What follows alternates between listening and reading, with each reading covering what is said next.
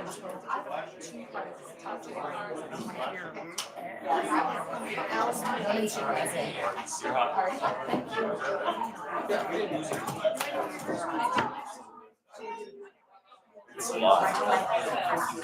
evening, Glen Rose. I was in the Cook County Commissioner's Court this morning, and one of the guys was exactly like Jeff. My neck snapped up because Jeff was up there. Oh, wow.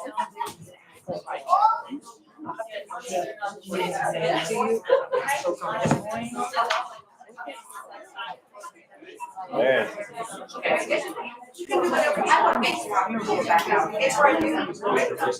Rita, see what that TV show did for us?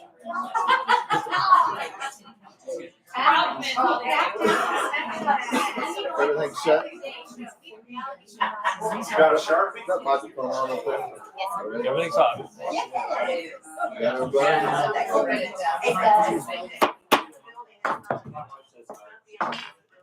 All right, everybody, we're gonna get started here with the regular city council meeting for Tuesday, December 10th, 2024 at 5:30 p.m. And we are going to call this meeting to order, and we'll start with an invocation. Will the council please rise with me? Let's pray. Heavenly Father, we thank you for the day and the wonderful temperature and the cool temperatures. We thank you for the seasonal weather you give us, Lord. We ask that you direct this council today in the business of the city of Glen Rose to do the will of the people, to do what's best for this city. Lord, we ask that you guide us and give us the strength to do so, and that you guide us as we leave here to continue to do the service of the people of this city as we go forward. Pray this in Jesus' name. Amen. We'll start with the Pledge of Allegiance for the United States of America. I pledge allegiance to the flag of the United States of America and to the republic for which it stands, one nation, under God, indivisible, with liberty and justice for all. Pledge to the Texas flag. Honor the Texas flag. I pledge allegiance to thee, Texas, one state, under God, one and indivisible. Thank you.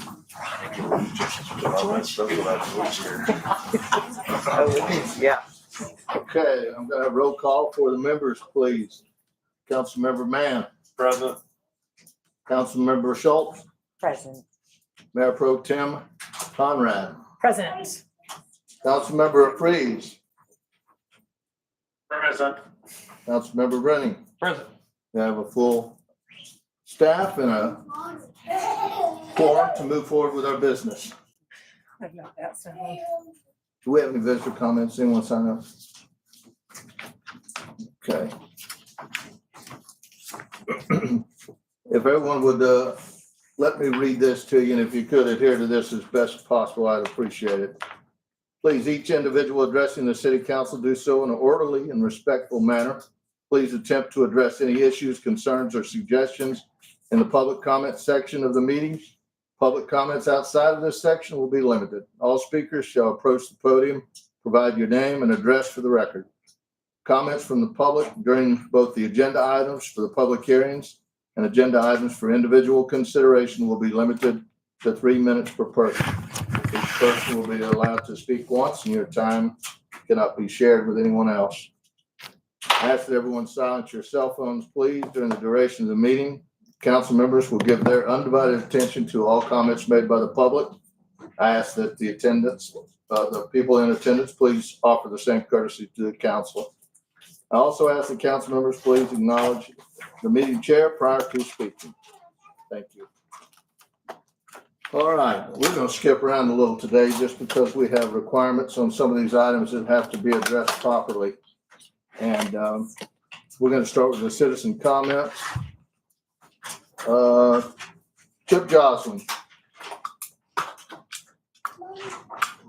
I'm addressing item number one. Wasn't that really? Oh, this isn't public comment. This is on item one. Okay, not yet. Okay. All right. So these are all for specific items in the meeting, so we don't have any public comments to be made. We are going to start, and I'm going to open the public hearing section of this meeting at 5:34 p.m. And we're going to begin with item number 1, public hearing regarding a request for a specific use permit in order to produce beer for self-distribution and on-premise sales at the property located at 302 Lakeview, acres 0.241, tract C6-33, abstract A136, Milam County School, LD, tract C6-33, SN1 012344 55338 to operate in a B2 general commercial district zone. We're going to begin with public comments, and anyone that would like to speak in opposition to this. Okay, if you'll come to the podium, state your name and address, please. Megan Schulke, 200 Camelot Street, Glenrose, Texas. Thank you. And I wrote a letter, but I didn't know if I was going to be able to make it, and I'm going to have to jet out. So I just wanted to read it to you, if that's okay. Okay. So, dear members of the City Council, I'm writing to express my strong opposition to the request for a specific use permit to allow beer production for self-distribution and on-premise sales at 302 Lakeview. My concern primarily stems from the proposed brewery's proximity to an existing in-home daycare facility, which poses potential risk to the children and conflicts with established regulations. I'm much better with 8-year-olds than I am with adults. So I'm sorry. Specifically, I urge the council to consider and enforce the TABC Code, Section 109.33, which restricts the sale of alcohol beverages near schools, churches, and hospitals. Now, I understand that Shonda is considered a, in-home childcare facility. However, I feel like the spirit of the law should extend to this, where the welfare and safety of the young children are paramount. I also urge the council to reject any variance to this regulation under the TABC Code Section 109.33E, which allows you to grant the exceptions only if enforcement is not in the public's best interest or creates undue hardships. In this case, enforcement serves its intended purpose to prioritize the health, safety, and welfare of our community, particularly the children who attend the nearby daycare. Approving this request would not align with the best interests of the community and would instead undermine the safeguards established by this law. So while I believe a brewery is a great idea in the appropriate place, I would love a brewery here. Again, off of the middle of town where there's, a street this wide and a home here, a home here, a home here, a child that lives here, an elderly that lives here. I just feel like that's not where you see them typically for a reason. I encourage the council to consider alternative locations where a brewery can thrive without jeopardizing the safety and well-being of families and children. I'll also encourage the council to carefully evaluate the long-term impact of approving such a permit within a B2 general commercial district zone. While economic development is essential, it should not come at the expense of our community's families and children's safety, well-being, and quality of life. So, protecting our children and maintaining a safe, family-centered environment should remain top priority for our community. So thank you for your consideration. Thank you. So we have 2 more. Chip? Yes.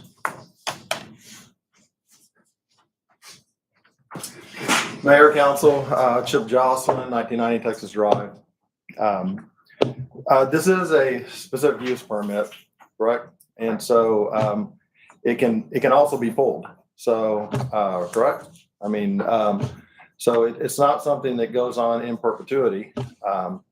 It's if there's a problem, and I believe they're already under one now as it is, and they've been there for 2.5 years, and there hasn't been a problem. I was on council when we granted that. I think this type of business is exactly what we should look for in this town. The proprietor's homegrown. They're very family oriented. I've known the family for 20 plus years. They've been incredibly successful. They're on their 3rd expansion. They're catty corner to this daycare right now. And to my knowledge, at least there's not been any problems brought to us or brought to the council when I was on it. And I'm assuming there's not been any problems, or at least there's not been any reported problems brought. So I'm anxious to see what their plan is, how they're going to place it, and because I don't know yet. So but I think again, I'm in strong support of this. I think this is exactly what the community needs. So thank you. Samantha Fielder. Samantha Fiedler, 3819 South FM 56, Glenrose. May I give you a piece of paper? Thank you. Yes. I'll pass them down for you. Thank you.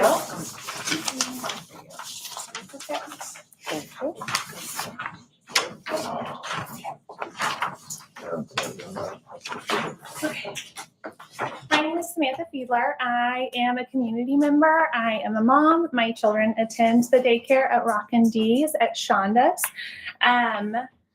I gave you a paper that has 2 little pink X's on it because I have 2 little girls. Those X's symbolize the areas in which my children and other children of this community play every single day. If you drive by this area, you will see their toys there and all of their beautiful fun mess. I am against a craft brew pub that manufactures, distributes, and does on-premise sales of alcohol next to my children's school. I use the term school because Shonda is licensed to provide care for children age 0 to 12. She provides preschool, which does constitute in Texas as a school.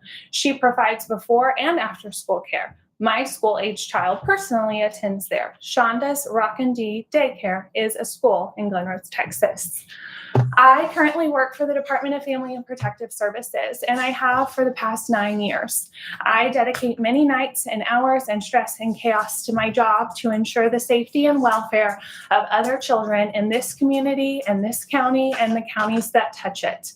I cannot do my job efficiently and in a safe manner when I worry about the welfare and safety of my own children. Personally speaking, there was a time that I considered walking away from my job. We struggled to find childcare that we felt was safe for our children. There had been incidences with inappropriate discipline happening, and it was a very scary time for my family. Thankfully, we found Shonda, who has been established in this community for 15 years at this location. She is not new. She is not one to ruffle feathers, and she likely won't be one to speak today because it's not in her personality to do so. She provides a learning environment that is fun and safe for these kids where they can play and thrive. I am asking that the council continues to allow that to happen. So let's talk about beer. So a standard serving of beer is 12 ounces. Whereas a pint at a brewery is generally 15 ounces. I know this because my father-in-law owns a craft brew pub where he serves craft beer. A normal alcohol per volume beer is anywhere from like 4.2 to 5% is what you'll see standard for 12 ounces. For a craft beer, it can go anywhere on up. You get to get creative, which can be fun and dangerous as it's also in a larger size quantity.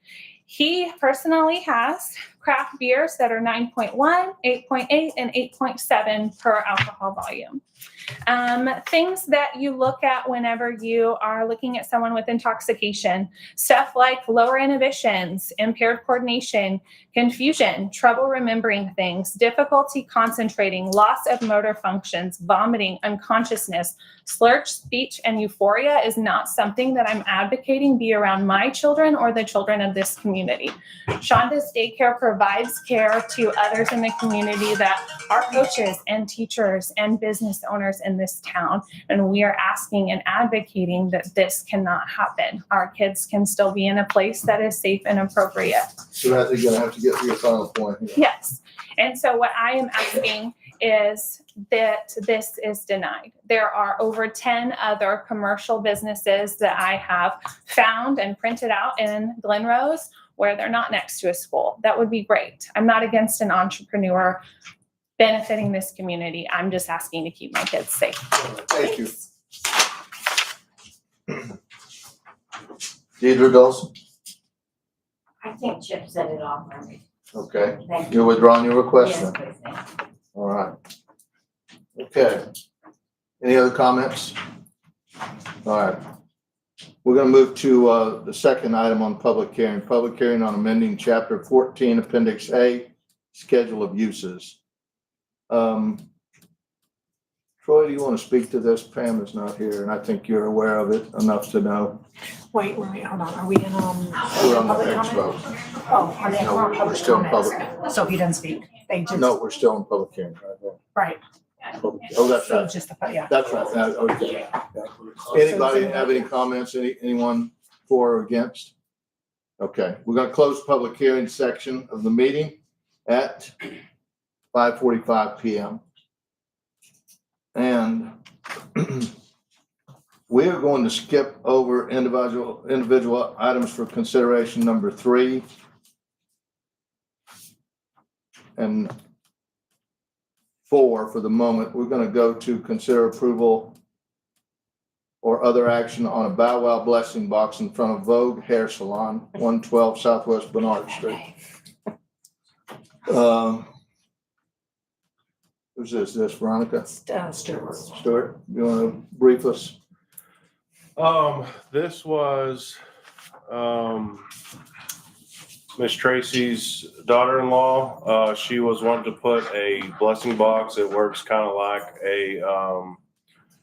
a library that's there, or that's what it is, correct? And so they had tried to go through HPC, but there was some kind of miscommunication with an ordinance, and I'm not sure what that was. I know it wasn't with the HPC, something with the ordinance. So I told them that I would bring it here before council so we could discuss it. There is, in the attachment, there's what they're gonna use. They're gonna put legs on it, and I don't know if maybe they weren't at a meeting or something wasn't on the agenda, but they're here tonight to be able to speak about it. Should we? Yes. Okay. Do you want me to just talk about it or anything you would like to know? We If have you'll this- give your name and address first, please. Heather Young, and the address that it'll be at is Vogue Hair Salon. You just want to give us an overview of what the request was and so we can go from there? Yeah, so it's a box that'll be made by Tanya Fonseca. She's done a lot of the art around the town. And she bought the furniture. It's kind of like a locker size, about this big, from the ground. And it'll be a donation box for like dog food, treats, people that have lost their dogs that want to donate their toys or collars or leashes, blankets in the winter, dog food, people that can't afford it, they can go get what they need. So it can be movable. It's not permanent, but it's not planned to be on wheels because we don't want to bring it in at night because people sometimes feel ashamed of like taking from things during the daytime, and people should be able to donate whenever they need to. Where did y'all want to put it? In front of her hair salon, the Vogue, on the square.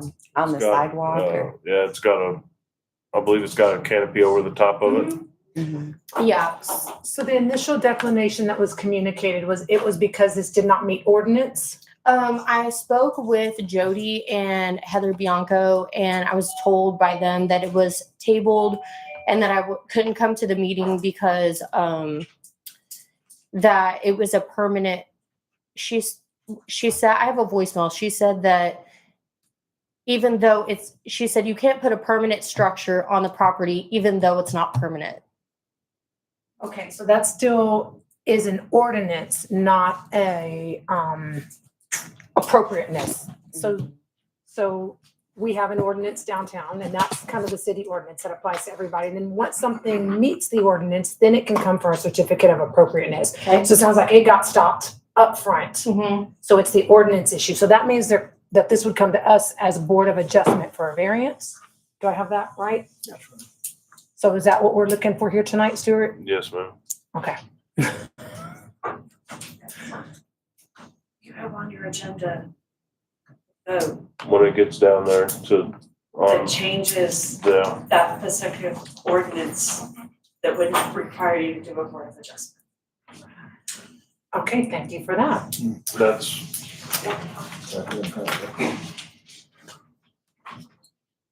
Gonna be down in the 20s, I think. It's the outside storage.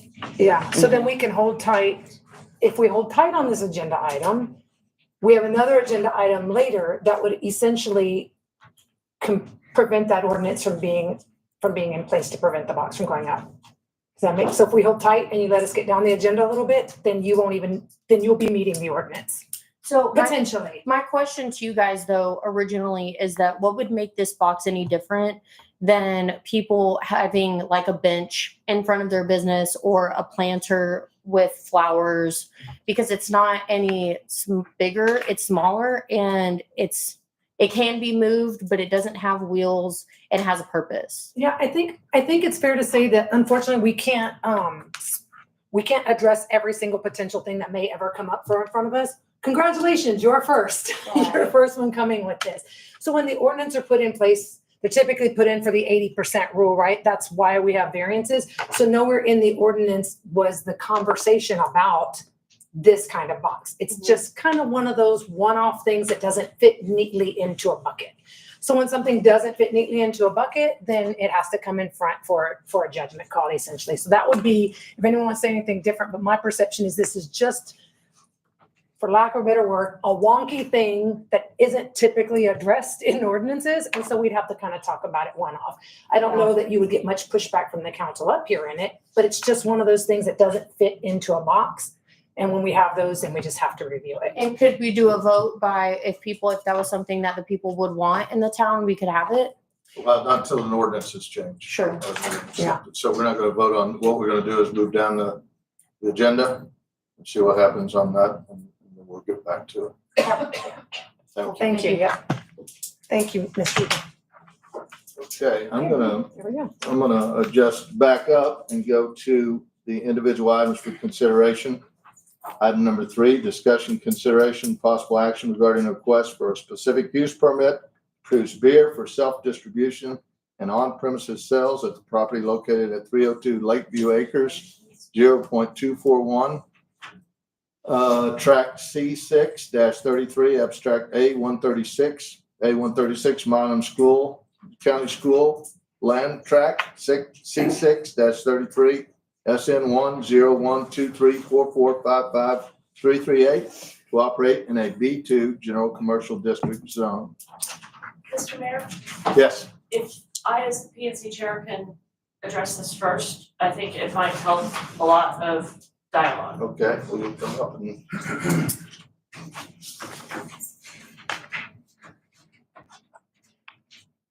Thank you, Pam Strader, 205 Southwest Bernard Street. I am speaking as the chair of the Planning and Zoning Commission.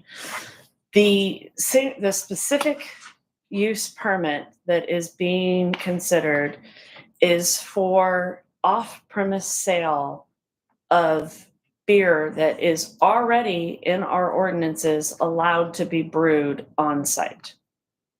So all of the dialogue that may occur regarding whether or not beer should be allowed to be brewed is mute because it's already allowed. So the only thing that the P&Z was able to actually have conversation on was whether or not the beer that is already allowed to be brewed, could it be sold to off-premise sales? So instead of having to brew the beer and only sell it to their own customers, could they brew the beer and then allow other retailers, restaurants, etc., to purchase the beer from them? So the P&Z unanimously agreed to allow the SUP for the off-site premise. I would suggest, because you are going to hear from people in the audience, that you put some considerations and conditions to help with if things don't work as planned, that you have a way to do some type of some consideration and changes. The one thing that Mr. Dulce is going to come and explain is that this is a separate entity that is creating this brew pub from the establishment called 3Bs. So any parking variances that have been granted to 3Bs do not apply to this, and he will go through his parking plan. I just wanted to put that out there first before any other discussion happens. Yes. I just make sure my brain is wrapped around this. So if we said no to this today, brewing still happens. Correct. Okay, thank you. Thank you. Just need to get my Thank you. brain there. Okay, do we have, any other questions Can or? we get their presentation and Yeah, will see you what? start, David? Absolutely. So I've really got 2 points. Oh, David Dulce, owner of 3B and hopefully soon to be Glen Rose Brewing Company. Address? 2180 FM 202, Glen Rose, Texas. Okay. I guess I'll let you guys kind of dictate exactly what I talk about tonight. First would be the specific use permit. I can hash through that very quickly. And then if you'd like me to expand on that in order to address some concerns from the community, would happily do so as well. But to start with just the specific use permit, like Payman and like your question led on, brew house brewing is going to happen regardless. Properties purchased and it's within the code for the city anyway. So really all this is it's the same exact equipment, the same exact, I left a couple of plans on the desk for you guys. It's minutes right now. Yeah. Gotcha. So it's a 30 by 90 building. The footprint will not change whether or not we have a specific use permit. The equipment that we use will not change. All it's doing is allowing us to produce more in order to sell off-site, in order to have in Brookshire's, HEB, local bars, whoever might want to take and distribute the beers is really the only thing that the specific use permit is going to allow us to do. And at the end of the day, the question is, does the city want to make more or less tax revenue? I think we would top out around $300,000 in sales in a year is kind of my projected number. If we're able to distribute, it's more. 2.25% comes back to Glen Rose. And it also, since we're producing alcohol, benefits not only Glen Rose, the state of Texas, and we actually have to pay tax to the federal government since alcohol is what's being produced. So really that's kind of the crux of what we're doing here today is to approve that and just, can we sell more, make more money, and in turn add more money to the economy locally and statewide and federally. Would the room allow me to discuss some of the questions that have come up, the concerns, or is it really? Tell us what you need us to know. Cool. Obviously, the big one that people have been worried about is the safety of the children with the daycare. And if you do take a look at the site plans, and I've got extra site plans if anybody else would like to see them, I would happily, or you can talk to me afterwards and I'll give them to you. But the way we set this up is that the back side of the building that borders the daycare will be a 90-foot long metal building. I've agreed with Shonda to put up a 6-foot privacy fence. In addition to that, no windows, doors, insignia, nothing that has to do with the brewery will be visible from the daycare property. They will simply open the door where they typically play and they see a yard. They will open the door and they will see a privacy fence on the top of a building. Second point, people have come up and asked about sound. So currently 3B, being that there's nothing but a privacy fence up, it's, if you're on the property next door, like where Shonda's daycare is, you can hear all the music that plays, you can hear people talking. But if we put up a 30 by 90-foot building that borders the entire property, the sound will no longer reach the daycare outside of possibly murmurs, but you're talking about a solid structure as opposed to just a privacy fence. So sound will be reduced. Visibility will actually be reduced beyond what it is right now, because if you're at the daycare right now and you're looking out, you can see into the yard of 3B. You can see people drinking a beer. You can hear their conversations. You put up a 90-foot building, not only can you not hear those people anymore, but you also cannot see those people anymore. Third, and I do want to stress this, is the concerns for the safety of children. I think that's paramount, especially in a small town. And I do want to point out that the overlap in time that we will be open as opposed to when Shauna is looking over children.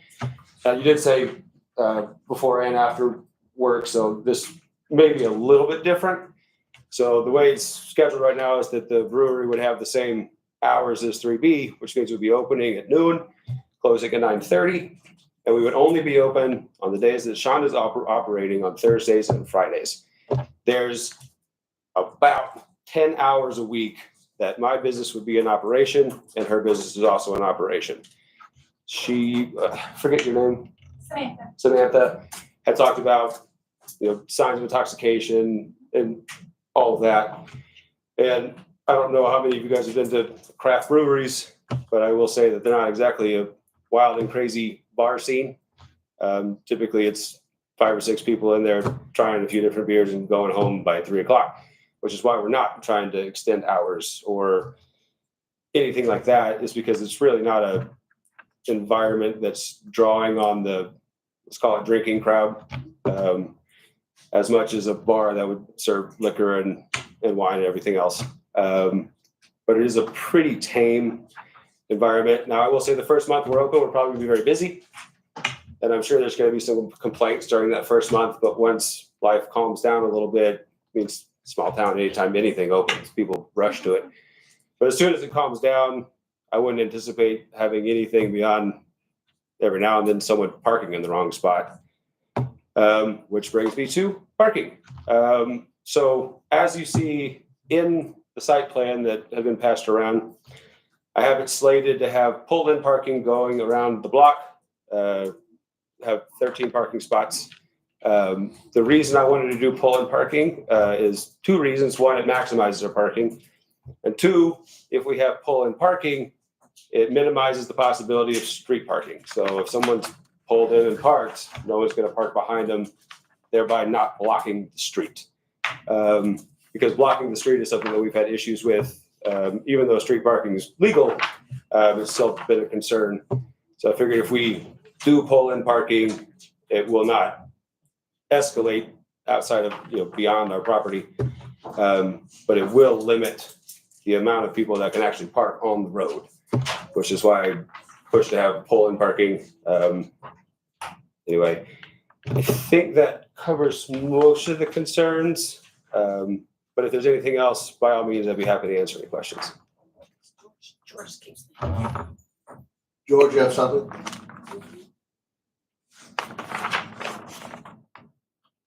Yes, just a couple of questions.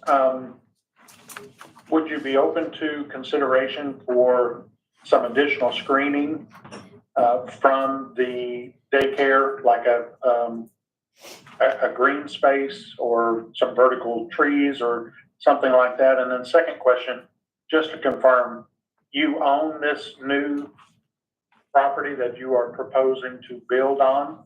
Yes.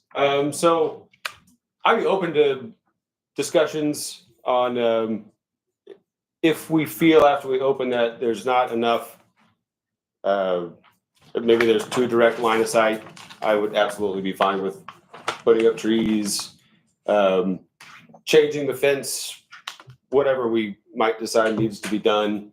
Be perfectly fine with that. And yes, we purchased the property and we've actually got contractors and investors just ready to roll on it, but we wanted to get through this before we moved on breaking ground. Just it changes the way we're going to apply for licenses. Was this property listed? Was it out there, or did you contact the owners, or what was the situation there? I was actually, the day after I got married, it hit the market on Zillow. And I reached out to a realtor local, and then worked on the acquisition over the next month. So.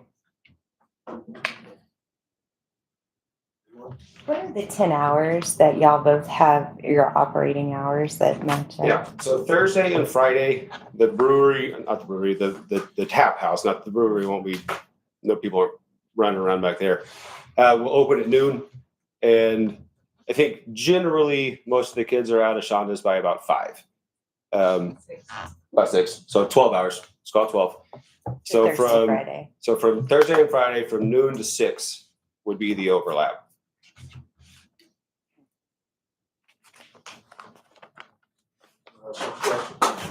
And I apologize, I don't know what these are called. Oh, restrooms.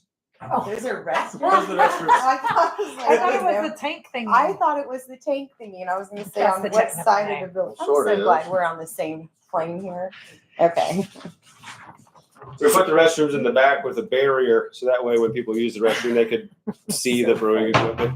So we don't go. Okay, so the question remains, if you're thinking the same question I had, which Yes. where is the tank thingy? Clearly the technical term for it. Yeah. And any noise associated with Yeah. that noise is kind of high on my radar right Right. now, so. So the only noise that you'll hear is going to be from music that's playing. The brew system, which is actually if you're looking at the plans, there's like the front area where the seating is, and then just beyond the wall, that's where the brew house and the fermenters will be. It's the circles.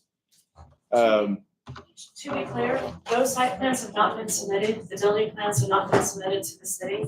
They've been submitted. Yeah. They have, but we're having to change them. Okay, Yes. they have not come through and been approved yet, so Correct. there is still a room for additional discussion. I just want you guys to know those are not official. Thank you. Yeah. Right. But the brewing system itself is fully electric, and will produce no sound. In fact, the only thing that'll make any sound at all is going to be the mill that takes the grain from a whole grain down to a small grain, and it just sounds like a really loud blender. That would only be utilized for 20 to 30 minutes prior to a brew day, so once a week. But it's not something that would be continuous. I guess I apologize. I'm getting muddled here because the brewing's gonna happen regardless of if we approve it or not. Right. So what you're asking for is if we give you permission to sell it as a retail product, so for it to be distributed, not as if it's gonna walk off the premises and be drunk in the street. Correct. Yeah, so currently what I'm allowed to do on the property is have a brew pub. Brew pub does not have the ability, at least not any substantial way, to distribute. And it just limits what our sales can be. But this would simply be that I could brew, let's say Big Cup. Yeah, we can brew Hefeweizen. And Big Cup can call me and say, hey, we really want to sell your beer. And I say, okay. And then I'll grab a keg of the Hefeweizen and run it up to Big Cup. And that's what the permit's going to allow me to do, is simply to allow another retailer to sell what I produce. TABC application process, can you educate me a little bit on that? Because obviously I heard you say that it's a little different by doing the distribution side of it versus the usage side of it. Right. Can you just educate me a little bit on that? Yeah, so my application process is going to be basically threefold. First, we have to apply everything with the federal government. It's called TPP. And that just gives us the green light. So let's say you guys do give me the permit. I'll have to include that in my packet of things that I submit to the federal government. They're going to give me, hopefully, the go-ahead to brew. Once I have the go-ahead from the federal government, then I apply at the state level. And it's different across the board. So if you tell me no today, and I can only do a brew pub, so that's less restrictive and also cheaper, to be honest. If you guys tell me yes today, I apply with the permit and it gives me the ability to distribute. So I pay the federal government, they give me the go, apply it to the state level. But one thing I don't want to do is apply as a brew pub, which is a certain amount of money, then have to go back and reapply as a manufacturer with a brewer's license, which is what I would have to do if we built as a brew pub and then decided to change later. So what I'm trying to do today is not pay a bunch of money up front as a brew pub and then have to go back later and add distribution, which I have to start the process all over again. What else? So I just have a couple comments. The beautiful thing about a SUP, which is what Mr. Johnson mentioned earlier, is that at some point, should there be an issue, then we can say you gotta stop doing this. So it's almost a proceed at your own risk because you can spend the money, the time, the investment to do it. And then should we find that it's not beneficial to the city, we can always kind of yank it. So the two things that I could see being issues, you know, unfortunately, there's inherent risk in anytime anything new of any kind happens. So we just kind of have to weigh that risk every single time. The parking, and I was thinking the same thing, man, that first month, but that also speaks to the generosity of our community. So I love that folks show up. But the parking and the noise. And so what I would say is I'm comfortable moving forward with the SUP for the ability to sell, understanding the brewery is the brewery is. And we can always revisit future zoning for that, for some concerns that we may want to make some changes to. But it would be with the contingency that should we start having issues, explicitly, if we find a need, as Councilmember Freeze mentioned, to have some green, because we do know that green just really helps absorb the sound and it looks a little prettier. So if we find a need of noise, or if we find some issue where somebody's decided to put a neon light on the back, whatever the issue may be, that we can address those. And if they aren't addressed to the satisfaction, then that SUP can always be pulled. So I would just expect to be on the lookout and maybe be proactive, particularly with, and I know I'm just repeating what you know, Right. But with parking, with any safety measures, and with noise. Okay. One other issue I might mention is, if there was an issue with the daycare facility, we may ask for alteration of hours. Okay. I mean, if it came down to it that I could operate and open it, let's say 4, giving us only an overlap of 2 hours, typically not a time that people are really going for it anyway when they're having some beers. If that was the make or break, then absolutely we could discuss it. Okay. I have, Is Shonda here? Shonda, how would this affect your business? Have you had a lot of feedback from your current parents? My current parents are not pleased. State-wise, I will not lose my license yet. But it's like future, like how many people are willing to bring their children to me, considering where I live. If we were to adjust hours, would that help?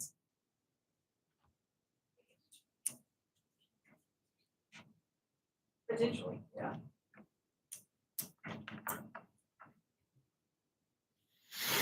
I'd rather not get into conditions now, approve it, and then conditions that we can allow for later to accommodate the whole community. I think if we move with anything, we move with the SUP. Councilmember Freeze, do you have just checking to make sure you didn't have something else? The only other thing that's rolling in my head, and, you know, thanks for remembering me way up here in the north, is, you know, we want to try to kind of match the area and not make this an imposition.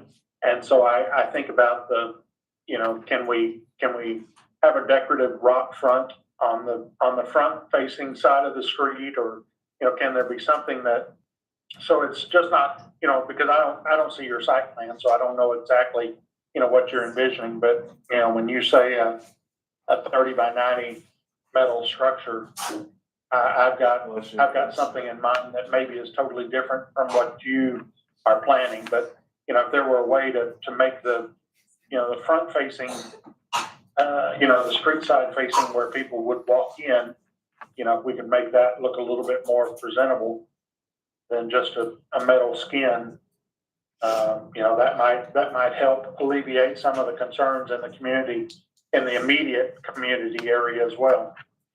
Yeah, I can go ahead and address that, because one thing that's actually not on what I've passed around, because that's just I forget what it's called. Anyway, it's just the side. But what will be there that is on the site plan is a 35-foot by 25-foot pergola patio. And also the doors, as people will walk in, are going to be double pane glass doors. So not just like a metal door. Not to mention there's an old brick wall that's there, and that we're going to leave in because it's one, decorative, and two, somewhat historic. And also just beyond that brick wall that's actually not on the site plan will be a 20-foot by 15-foot or 30-foot by 15-foot shuffleboard court. That'll just certainly warm it up a little bit. If once the structure is built, you go by and it looks like an eyesore, we can certainly talk again. But I do believe that I've already removed what was the biggest eyesore, which was that trailer and 3-car garage that was already on the property. So I don't think anything's going to be worse than that was. Troy, can you please help me with this? Because I feel like I've messed this up before. Once he submits the site plans, if those site plans have the pergola, the brick wall, et cetera, then that's got to stay there. They don't get to do something different, correct? Okay, so as long as there's some submission and you're looking at that site plan and that site plan kind of meets the concerns that Councilmember Freeze is having, if it fits on the site plan, there's no going back from that. Yeah, and I would put in the motion, sorry, my voice is shy. I know, I've been trying, I'm sorry. I would put in the motion, just to verify exactly what you're expecting. So under the conditions that David talked about, no windows, the wall, finally the wall gets built, sorry. Gotcha. Anyway, but I'd love to see like exactly what you're looking for, Okay, so can I repeat what I have noted? And then you guys can tell me, so I have, well, now I need to add. So I have the SUP with the conditions of the privacy fence, no insignia, no windows, no indication that it's a brewery from the side that faces the school, that the hours would only overlap on Thursdays and Fridays from noon to 9. Well, it would noon to 6-ish. Right. That the parking maintains the pull-in parking, that there is a willingness to make adjustments to sound, to noise, or to safety should some issues be presented. What was the time? Noon to 6-ish to a Thursday and Friday. Didn't you That's what agree it to is 4 for to now. 6? It ended up being, that's what he was, I think, trying to say is that if it We ends weren't up, I'm even into the 6 details to right 6. Yeah. I mean, like it's 6 on Friday, Saturday. I mean, Thursday, Friday. Remember, you were We can only always- voting On the, on the off-premise distribution. right. You're adding conditions to the SUP that if you find the conditions not to be met, you can pull the SUP, but that just means he has to stop the off-site distribution. Right. It does not prevent him from continuing to run the brew pub. That's right. Yeah. So I just wanna make sure you guys are all thinking through this in that bigger scheme. From a risk perspective, it seems like low risk thus far, 2 days a week, a few hours a week. To say we're gonna, as you create your business and take off on your business, we're gonna limit what you do on days that are pretty business oriented. So it seems a bit detrimental, particularly to a new fledgling business, to a brand new business, to say we're gonna limit the hours that you can work But keep at the in mind, beginning without having, If you presented pull an the issue. SUP, then you have no regulations Right. over him, and he can open and be open 7 days a week as long as he's allowed by state and federal law. So How I'm is just, it I'm that just, we could help him accommodate his neighbors and the I children there? understand. No, what I'm you're- asking, just, like, for zoning from a zoning or standpoint, ordinances, like how could we it's too late for keep the him now. integrity it's, of that? Yeah. it's too late on this situation. It's something that we all need to talk about Right. and address so that it doesn't come up again in the future. The biggest things that we've had in our ordinances that he is complying to is the 300 feet. And the way that was defined in our ordinances is As the crow from flies. her front door to his front door. And he meets that number. That's the only thing we have that was. Walking on public property. Yeah. So there's. Yes. It has to be as it's walked. As, it's not as the crow flies, it's as it's walked, as is available for a walk. That's how the state requires measurement of it. Yeah, I'm just saying, that was the thing we thought we had, that is the thing we had in place to do some protections, but this protection, where this is at, this is a foregone thing. So if we made a change to ordinance tomorrow, this business is already, the property is already owned, so it doesn't apply to them. It's only to future, This is Yeah. only for distribution. right? Can I That's it, ask a yeah. clarifying question? The agenda says for on-premise sales, not off. So you keep saying off, but the paperwork from today says on-premise sales is what we're discussing. So can I have clarification, please? Says produce beer for self-distribution. Right. For the distribution. And on-premise sales. Yeah. On-premise sales is It's not, on-premise. Distribution is the, distribution is the only thing the specific use permit is for. Oh, I was just reading y'all's. Yeah. No, I understand what you're. So can you explain why it says on premise as well? Because it does say that. Yes, that's right. I'm gonna simply say it was an oversight. That is- but it's not a technicality that will hold up a vote. That's very confusing.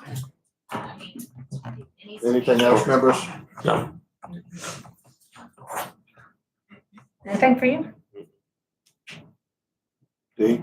Nope, I'm good. I don't have any other questions. Okay, so I will move to grant the specific use permit for the self-distribution with the following conditions. Let me look down here. That what was explained to us as the building, the backside of the building, having a privacy fence, having no insignia, having no windows, having no visibility to production or drinking, with the overlap in hours on Thursday and Friday only from noon to 5, with the parking remaining pulled-in parking spots, and with the recognition that should we find a need to adjust hours, noise mitigation, any additional safety requirements, any additional visibility concerns, they can be addressed. And if they aren't addressed, then that would allow for the pull of the They're special. gonna be pulled for any reason, but Yeah, that's true, yeah. But particularly beware. It's noon to 6, not noon to 5. Noon to 6, thank you. I'll second it. we have a second by Councilmember Brenning. All in favor? We have 3, all against, 2, passes.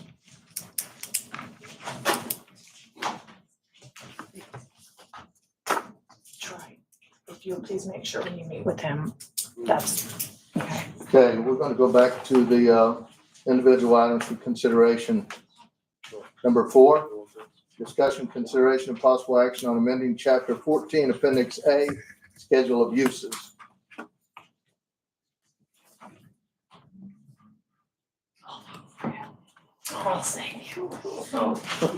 Where are we at, you said? We are on individual items consideration, item 4. Okay.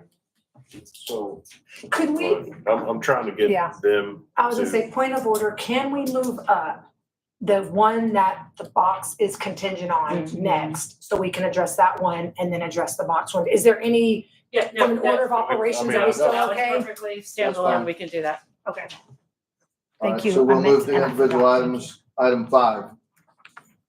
Consider approval and other action on Bow Wow Nope. Blessing. Which item number is it, ma'am? 20 something? Oh, I don't have an agenda. We gotta go way down there. Outside sales and storage. There you go. okay. Yes, sir. That one did not address the box. Okay. Thank you, This Stuart. is 25 is the one that addresses that. 25, addressing 25, then change. All right, we're gonna move to item 25 now. Discussion, consideration, and possible action on amending chapter 4, article 4.06, outside sales and storage. So right now, our ordinance citywide states that there can be nothing in front of a storefront. That would mean no benches, no flower pots, no anything, no merchandise. And that's not how we operate as a city. But understanding that our goal, not just specifically on the square, but most pertinently on the square and in the historic area, that we don't want the sidewalks to be overly cluttered. We don't want, I'm just gonna be rude and say thrift market looks. That we want it to be a little bit more classy, upscale. And so there was a push to enforce the ordinance as is, to kind of just clean up, and then for us to revisit, which we had many conversations with the business owners, and we've settled on a proposal for you that the 25% of the lineage of their property facade that is public facing. So if they're in the middle of a block, they only get 25% of their property line. They can have things, flower pots, benches, some decorative, attractive, get attention things. We did limit it that it cannot be more than 2 feet from the facade so that it's not blocking the sidewalk. And we also said that from a merchandise display, it could only be one item. So whether it's a mannequin or a piece of furniture, something that represents what they're selling, but that is not a rack of clothes or shelves of merchandise. That is your proposal.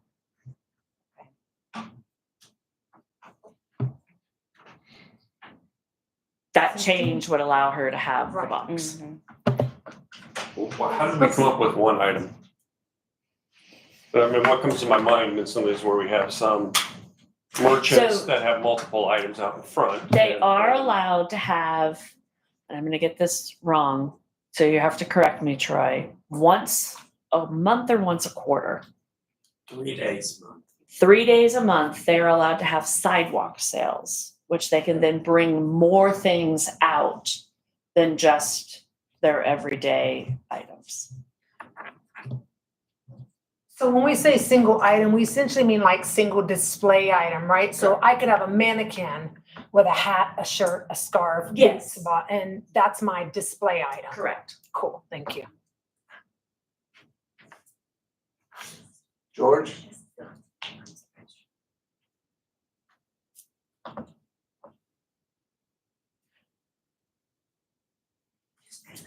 I don't know if we can hear me. So I have one question here, Mayor. Please.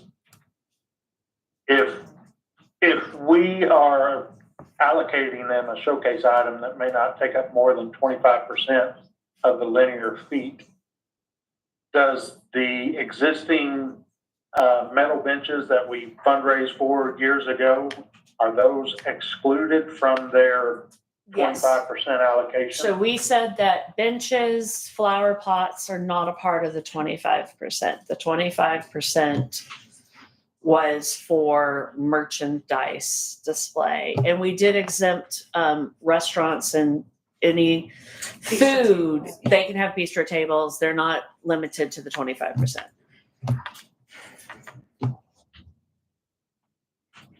And these would be items that are either brought in every night, like I'm not gonna leave my mannequin out, but then if it's something that I wanna leave out there as a permanent, That's up to them. okay, We didn't regulate that, got it, yep. or we didn't suggest that regulation.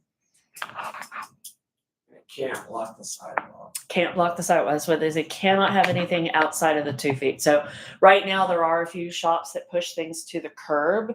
That has to stop. They have to keep it back by their storefront.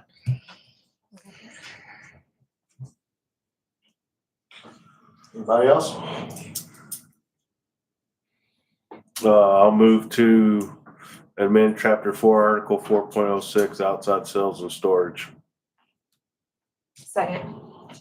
Second by Mayor Pro Tem Conrad. All in favor? 5-0 passes. Okay, real quick. Yep. Are they done, or where do they need to go next to be able to take care of their stuff? Certificate of appropriateness. Okay. So thank you for waiting. Now you don't need a variance because now you get to, now it meets our ordinance. There you go. And Troy, So I would that love will a be bow wow box just- at a new dog park. That will just be on a consent agenda item for the Put it on my HBC. list. If they meet with the they need to meet with the HPO officer to make sure it meets the appropriateness requirements, and the HPO officer can just put it on. Oh, do you want to specify that as a request? I'm just Yeah. trying to Can get we it. install it? in So can I make, the house? I'm gonna, for our HPO officer, I want to make a request. I'd like to make a request for our HPO officer, because there was confusion here, because there was consent agenda item. Yeah, that's gonna, my request is that you work with them, Heather, you make sure it meets the standards, and then that way you can put it through as a consent agenda item, and y'all don't have to show up for that meeting. And Tanya turned in all of that information, so Okay, she's gonna be your lady, she knows more than me, so Okay. Heather will take care of it and make sure everything goes through. And she may need to work with you. So if she does, just be ready for a call from her. Thank you. Thank y'all. Thank you, Stuart.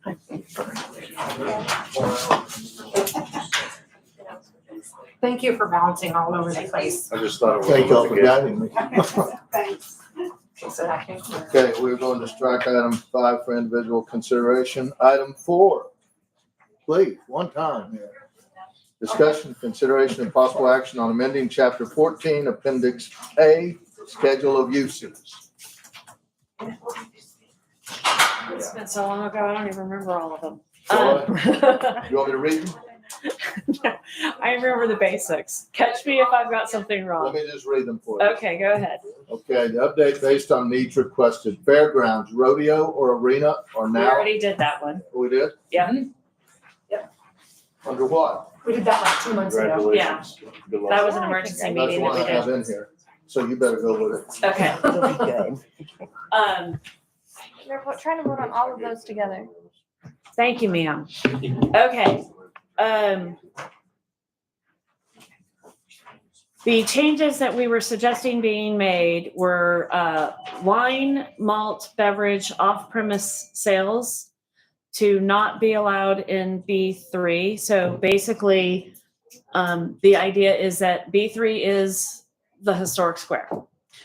What we do not want is to have a liquor store on the historic square. We want a restaurant or a wine bar, a brew pub, something of those natures. So we don't want it to be an off-premise only license.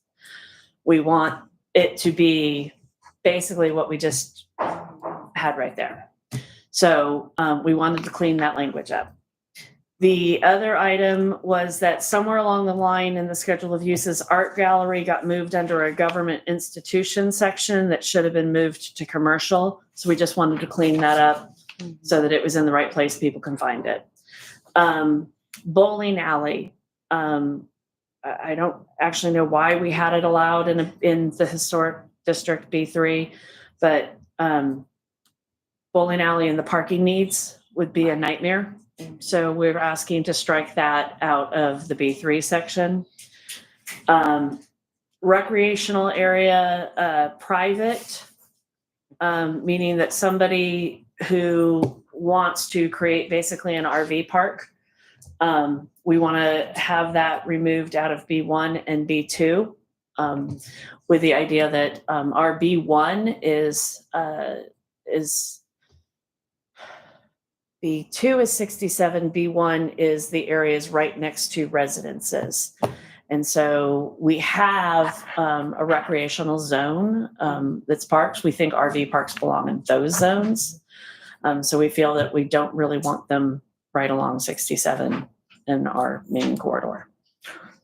And car wash, truck wash updated that would require an SUP in all districts.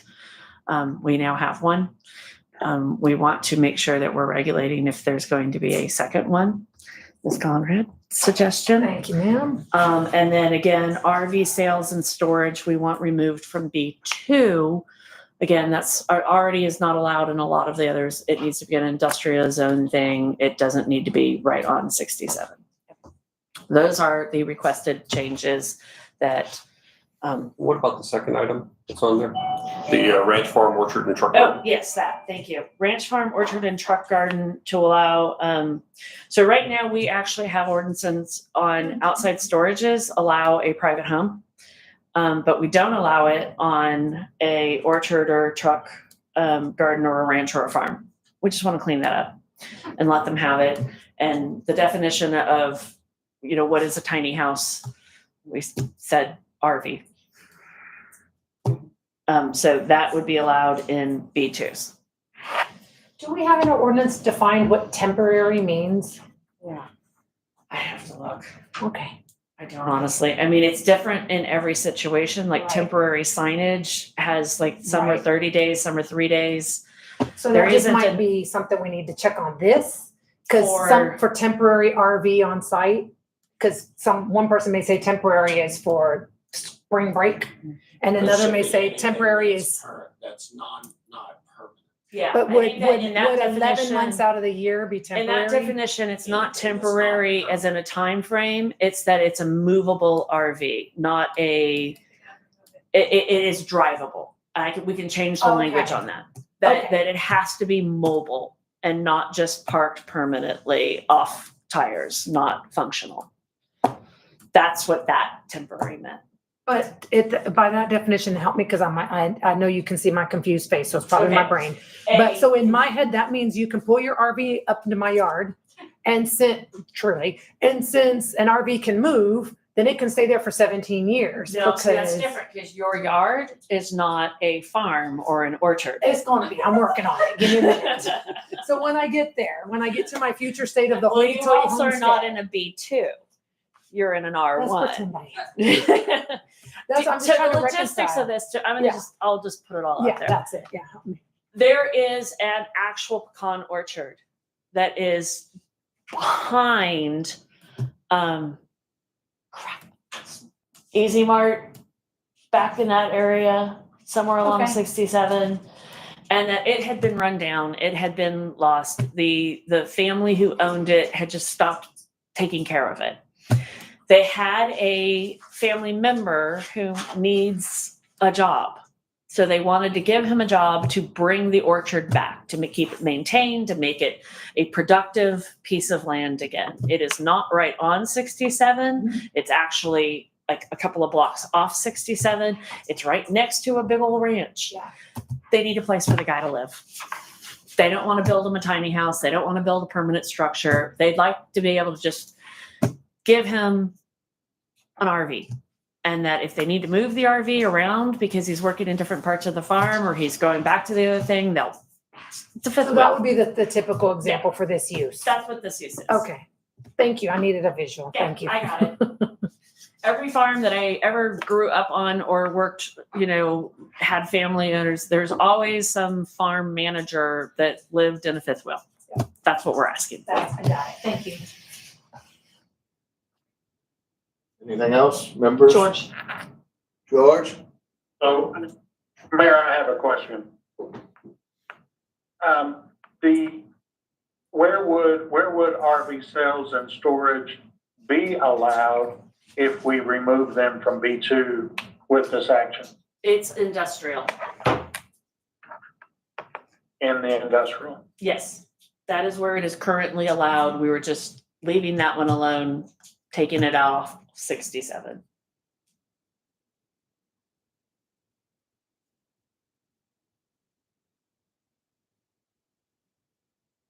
Got it, George? He's always in deep thought. He's thinking. He's thinking, yeah. He's There it thinking. goes. That's There the we go. thinking, Yeah, George. he's got tells for sure. Rich? Nothing. Oh, right? I move to approve amending chapter 14, appendix A, schedule of uses as presented. I'll second. Seconded by member Mann. All in favor? 5-0 passes.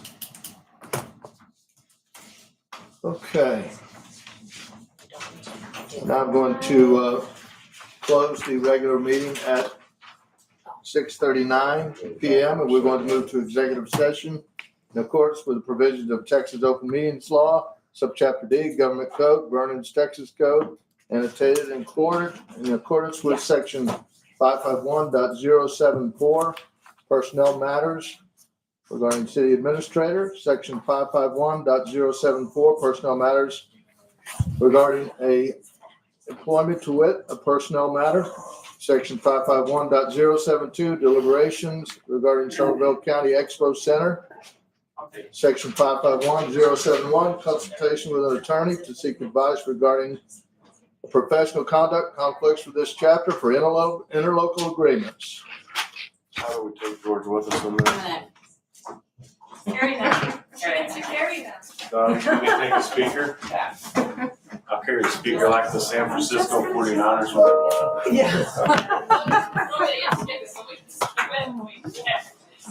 Let me have him, I'll carry him.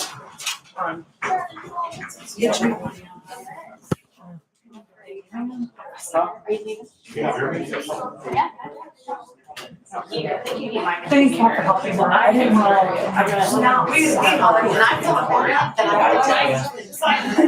I got stuck on green course later. So as soon as I got out of the process,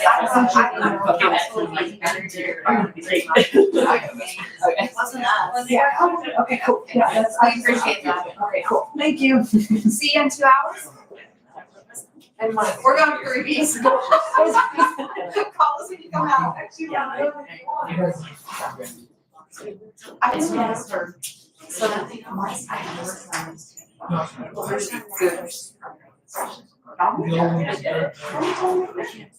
You're already there. I mean, it's not legally allowed. You're taking not bad. I might have not been get you raised. Legally don't want anything we're voting on is Hey, Jackie, do you want to do EMS bike catering again? It'll be first Saturday in May.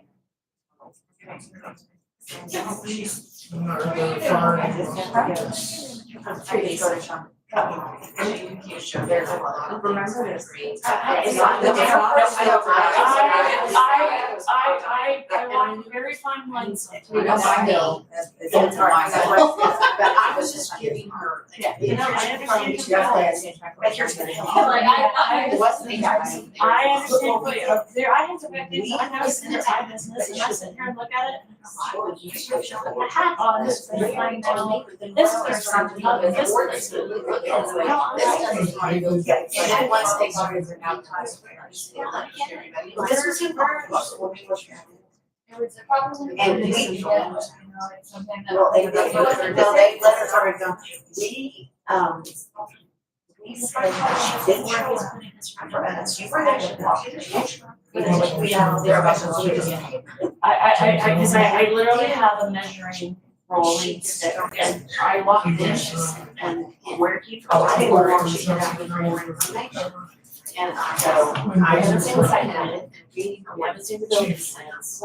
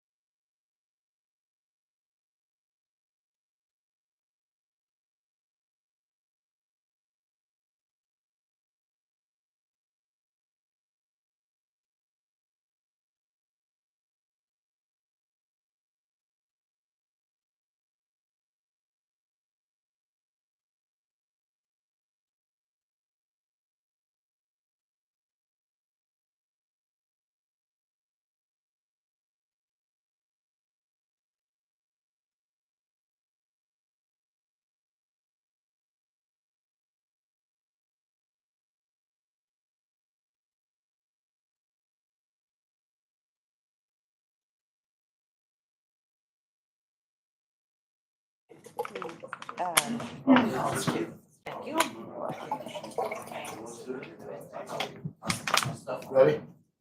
Everybody here? Yes. Okay,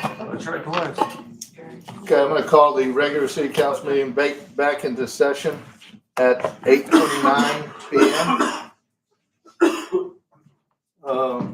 Give us a moment here to look and see, It looks like it might be in order other than city secretary. okay, let me just go over the executive session action and then. Action taken on items discussed in executive session. I'm so confused. We've directed staff to talk with the county regarding interlocal agreements and move forward on some agreements we have outstanding. We have directed council and mayor to address the personnel matters and consider the city administrator section of the personnel matter will be presented by council and the mayor together. All right. So that confused everybody. Dee, did you look it up? Yeah, if we can just move item 19 to after 16, then we should be able to just, and then cover everything that everybody that is here visiting for. Okay.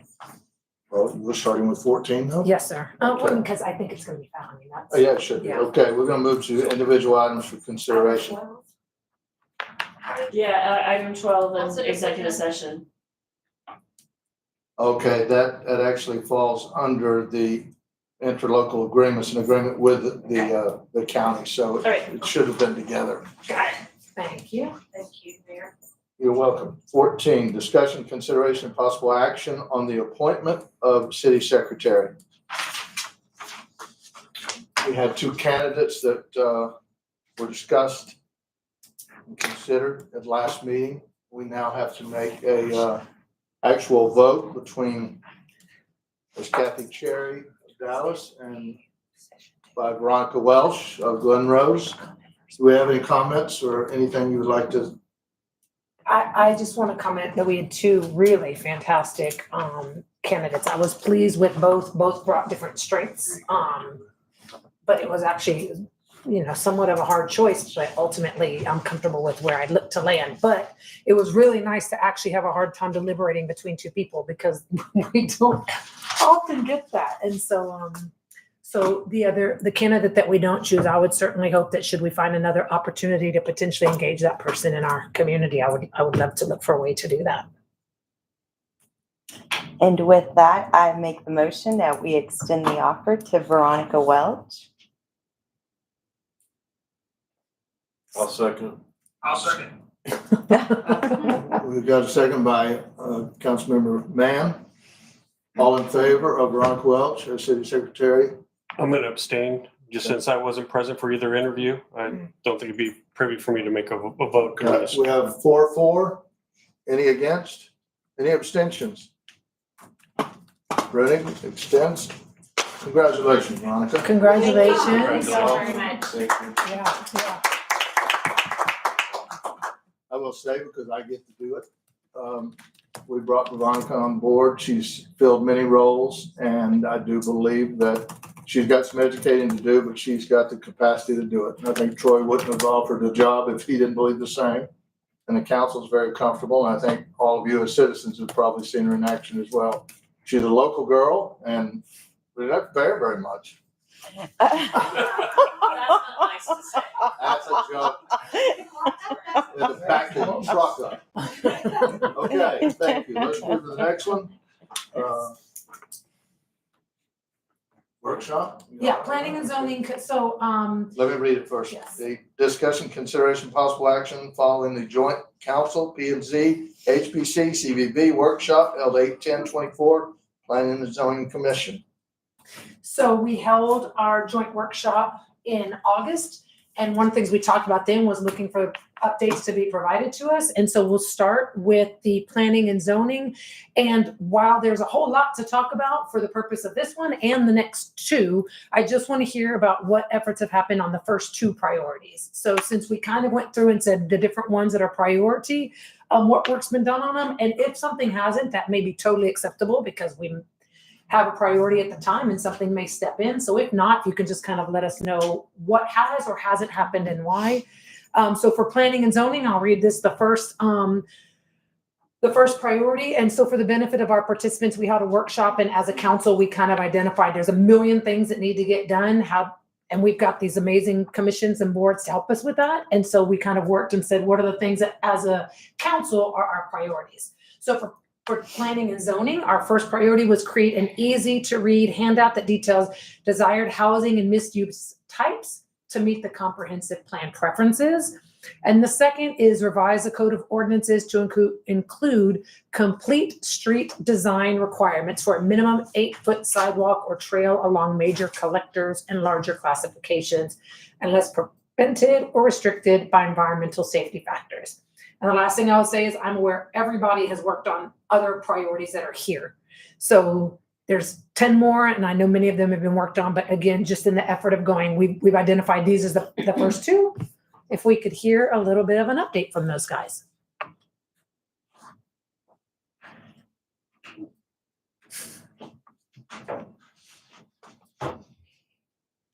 So, hi, Pam Streeter, 205 Southwest North. Yeah, we got this document yesterday, and I'm going to be very honest. It's the first time I've seen this document. So, as you are all very well aware, we've had absenteeism in the building department that is now apparently my new best friend. So we have not done any of those items, but they will be worked on as priorities. Yeah, no, seriously, I've never seen this. Well, Pam, can we do this? Can we just allow you to take that with you? It's Yeah, unfair let me- to ask you. For sure. Thank Yeah, you for yep, you're we very are. welcome. I mean, one of the I can go down to the next opportunity on like the short-term rentals, which is part of the first step of some of that. Is getting the permission to create the overlay districts, which is what is on our agenda later. I'm going to take this back, and I will sit with everybody, new and Troy, and figure out how we accomplish these goals for you. Okay. Awesome. And you know what, you just pointed out exactly, we didn't know at the time of this conversation that the overlay districts would give us some of the empowerment that we were looking for some of these other things. So that's exactly, we just do a touch base to go, okay, are these still the right thing? And we've got a priority that needed to happen before. So that's cool. Gotcha. Thank you.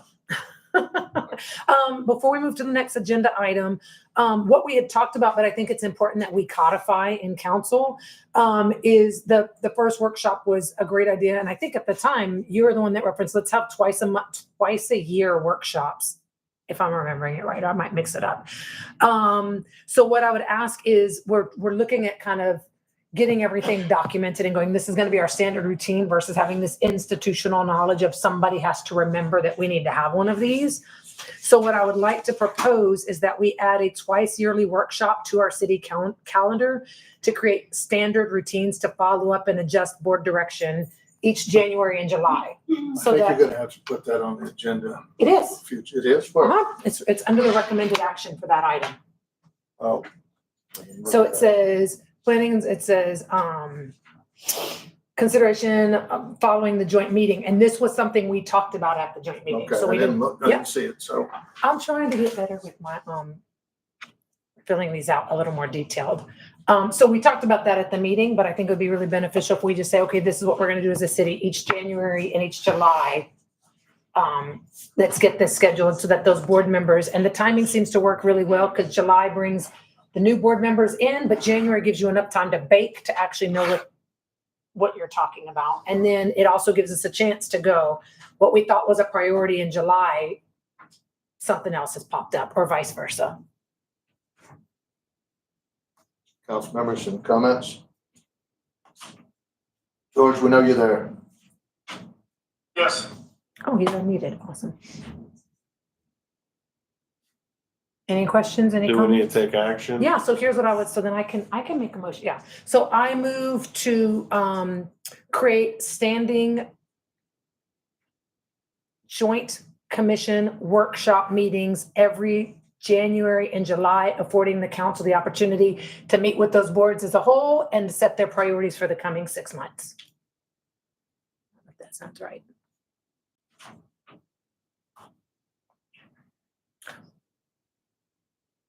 I'll second it. Seconded by Member Bruning. All in favor? 5-0 passes. Thank you, Dean. We'll Thank you, determine the sir. exact dates as we get closer. Yeah, yep. Do we need to make that same motion for each, for We- P and we Z don't. for, No, I was just staying consistent and then I thought, I don't know, but I don't think we do because now we've got it as one. Okay, next, second verse, same as the first, if we can hear from HPC. Discussion, consideration, possible action following joint city council, P and Z, HPC, CVB workshop held 8/10/24, Historic Preservation Commission.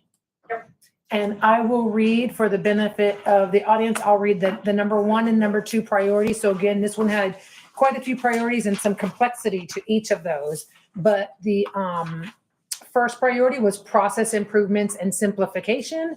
And the second was improve property owner communication. Right, so these two kind of go hand in hand, so I'll just touch on each of them a little bit. The first 3 things, as far as updating the website, that has been done. That's going to be our old website, right? So we're also in the process of creating a new website. So we've met with Veronica and we've given her some kind of design guidance of what we'd like to see on there, what we know council would like to see on there that will help improve process improvement and simplification, as well as number 2, property owner communication. The next things on that first task were to create the interactive in-depth guideline document, which is like a step-by-step for COAs. And so that's how we're going to have it on the website. It's going to be a, I don't know, kind of a tab by numbers or paint by numbers kind of idea where you just like, you press the tab, like, do I need a COA? Maybe you don't, maybe it's ordinary maintenance and that new ordinance pops up. And so they can just kind of keep clicking until they get where they need to go. They'll auto-populate whichever form they need to fill out. It will go, they'll click submit, goes directly to Heather. And then from there, she can either go, yeah, this is routine maintenance, or yes, this is a real COA that needs to go before. That's awesome. So we're hoping to get at least a beta of that rolled out at city's schedule. I'm not sure how fast that website's gonna roll out. That but sounds like something we could market to other cities. it's gonna be good. And on that website, they're gonna have a link to the guidelines. And when they click the guidelines, it'll have a chapter. So if they only are doing Windows, they don't have to go through 100 pages of guidelines. They're just gonna click there and just go straight to what are the requirements for Windows. So we have a pretty good layout. I think it's gonna be really super helpful. The next 2 things really go together. Clearly defined maintenance, not requiring a COA. So you guys have already seen that and approved the ordinary routine maintenance. And that ordinance has already gone through. So I don't think there's probably any questions there. The next one down, did you want to read it, Dee, or you want me to just jump there? Just improve property owner communication. And then you've got your comment. Yeah. Okay, so we have prepared packets for every property owner as well as tenant. We have a master database of who owns the property, who's the tenant of the property, what the status of that property is. Is it in the National Register Historic Places District? Is it in the overlay? Is it a landmark? And so every one of those people are going to get an outreach letter that just says, hey, you own one of these properties. Here's what that means. Here are the resources of how to go about getting the COA or contacting the HPO. All that information will be in there, including the updated ordinances, which includes the tax incentive or tax, whatever. I think it changed the ordinance name of it, but basically the tax incentive program for historic property owners, as well as the new routine maintenance ordinance. And then we hope to have kind of a list of just references of who do I talk to, where do I go, who's in planning, that kind of thing. And that will also include a dossier of their property, so they know the history of their property. And that gives us an opportunity to also go through that list and check, are we missing any files? Are we missing information that we need to create a file for that property? Those are literally being printed off and packaged as we speak. That's going to be a big endeavor, and Anne has really taken the lead on printing and stuffing envelopes, so we really appreciate her. Another thing that we'd really like to do to reach out to property owners, Scott has been so gracious as to offer his facility to host a workshop. Meet the HPC, come out, we'll do a little presentation. You can ask all the kinds of questions that you may have wanted to ask all these years, and we'll host a little event like that. And then also do some speaker series for people who have incredible knowledge of this town that they can share with the community, and a way to get the public engaged. I believe he also suggested food to encourage. There might be food and drink there. Yeah, there might be food and drink was what I heard, so. So those are some of the things that we're working on. Let's see, number 2 there, the dossier, that will have all of that. That will also ensure that property owners are aware of their status. Sending out the 1-pager, that's all going to be in there.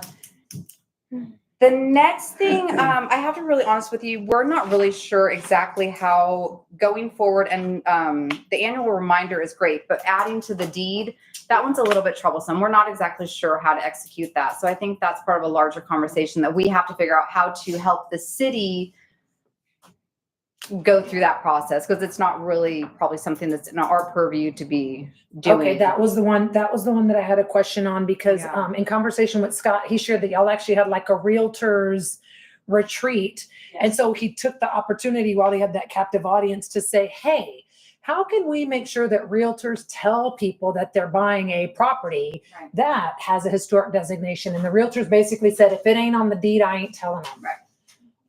So whereas we thought there was something we could do to say, hey, can you include this in a packet? Can you include this in your, from what he shared with well over, I think, 24 realtors, their thing was, it needs to be on the deed, because if it's on the deed, then we're required to disclose it. So if y'all would please work with us here to figure out how to do that. Yeah. Because I think we need to do that ASAP. And let me know if there's anything I need to do to help. But that was a pretty, honest, straightforward answer. I appreciate them being honest. So Yeah. that's something.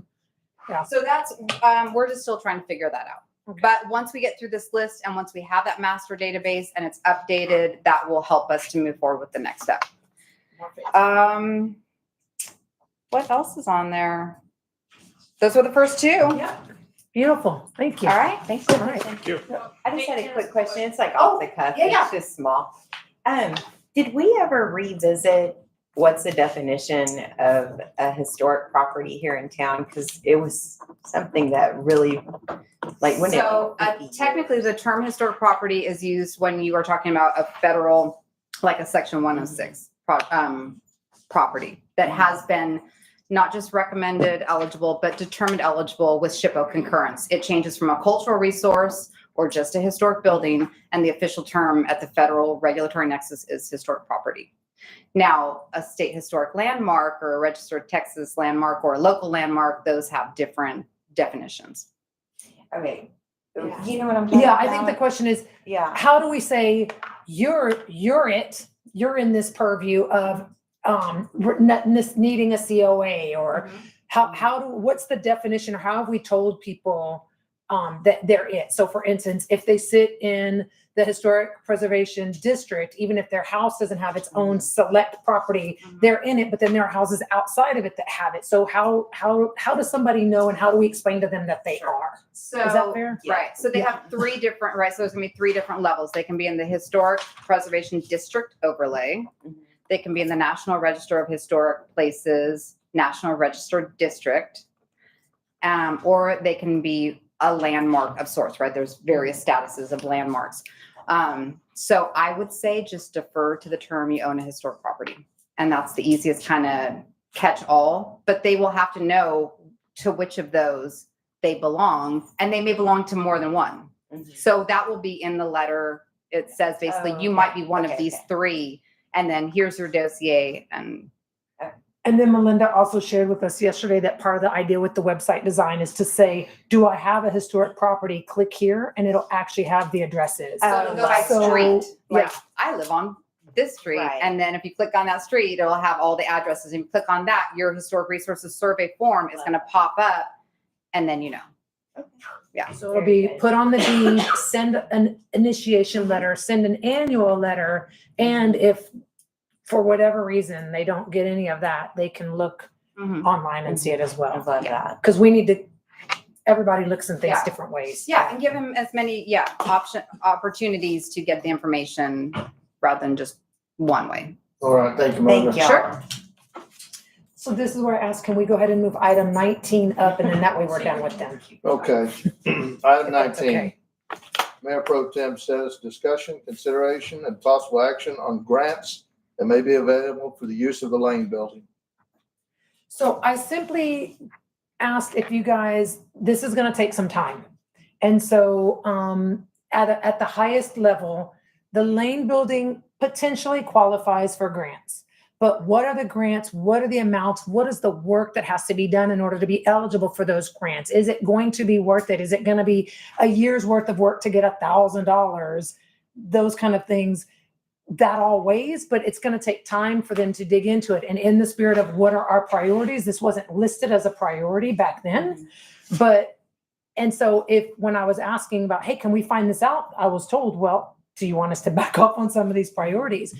And so just finding out what's out there, what's available to us. And again, is it even worth it? So if you're going to have to do 100,000, but you're going to get 75,000 in return, not worth it. So before they spent the time going to find out what all do we qualify for, what are the different ways we can get in the game, what are the parameters we're going to have to meet that maybe we don't want to have that hanging over our head. So before we even do anything, just getting that information and getting it to us to decide.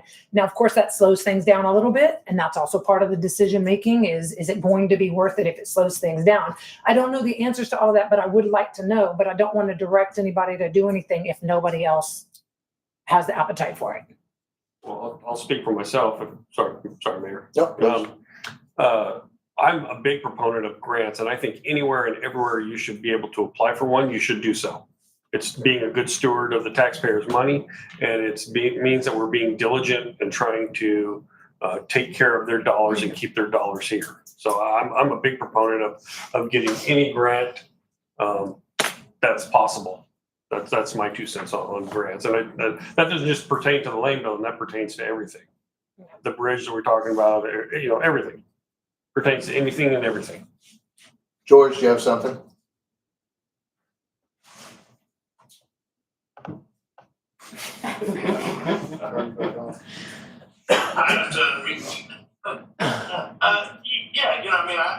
I love the idea of seeking out grants that are available, but I think we need to be clear-eyed that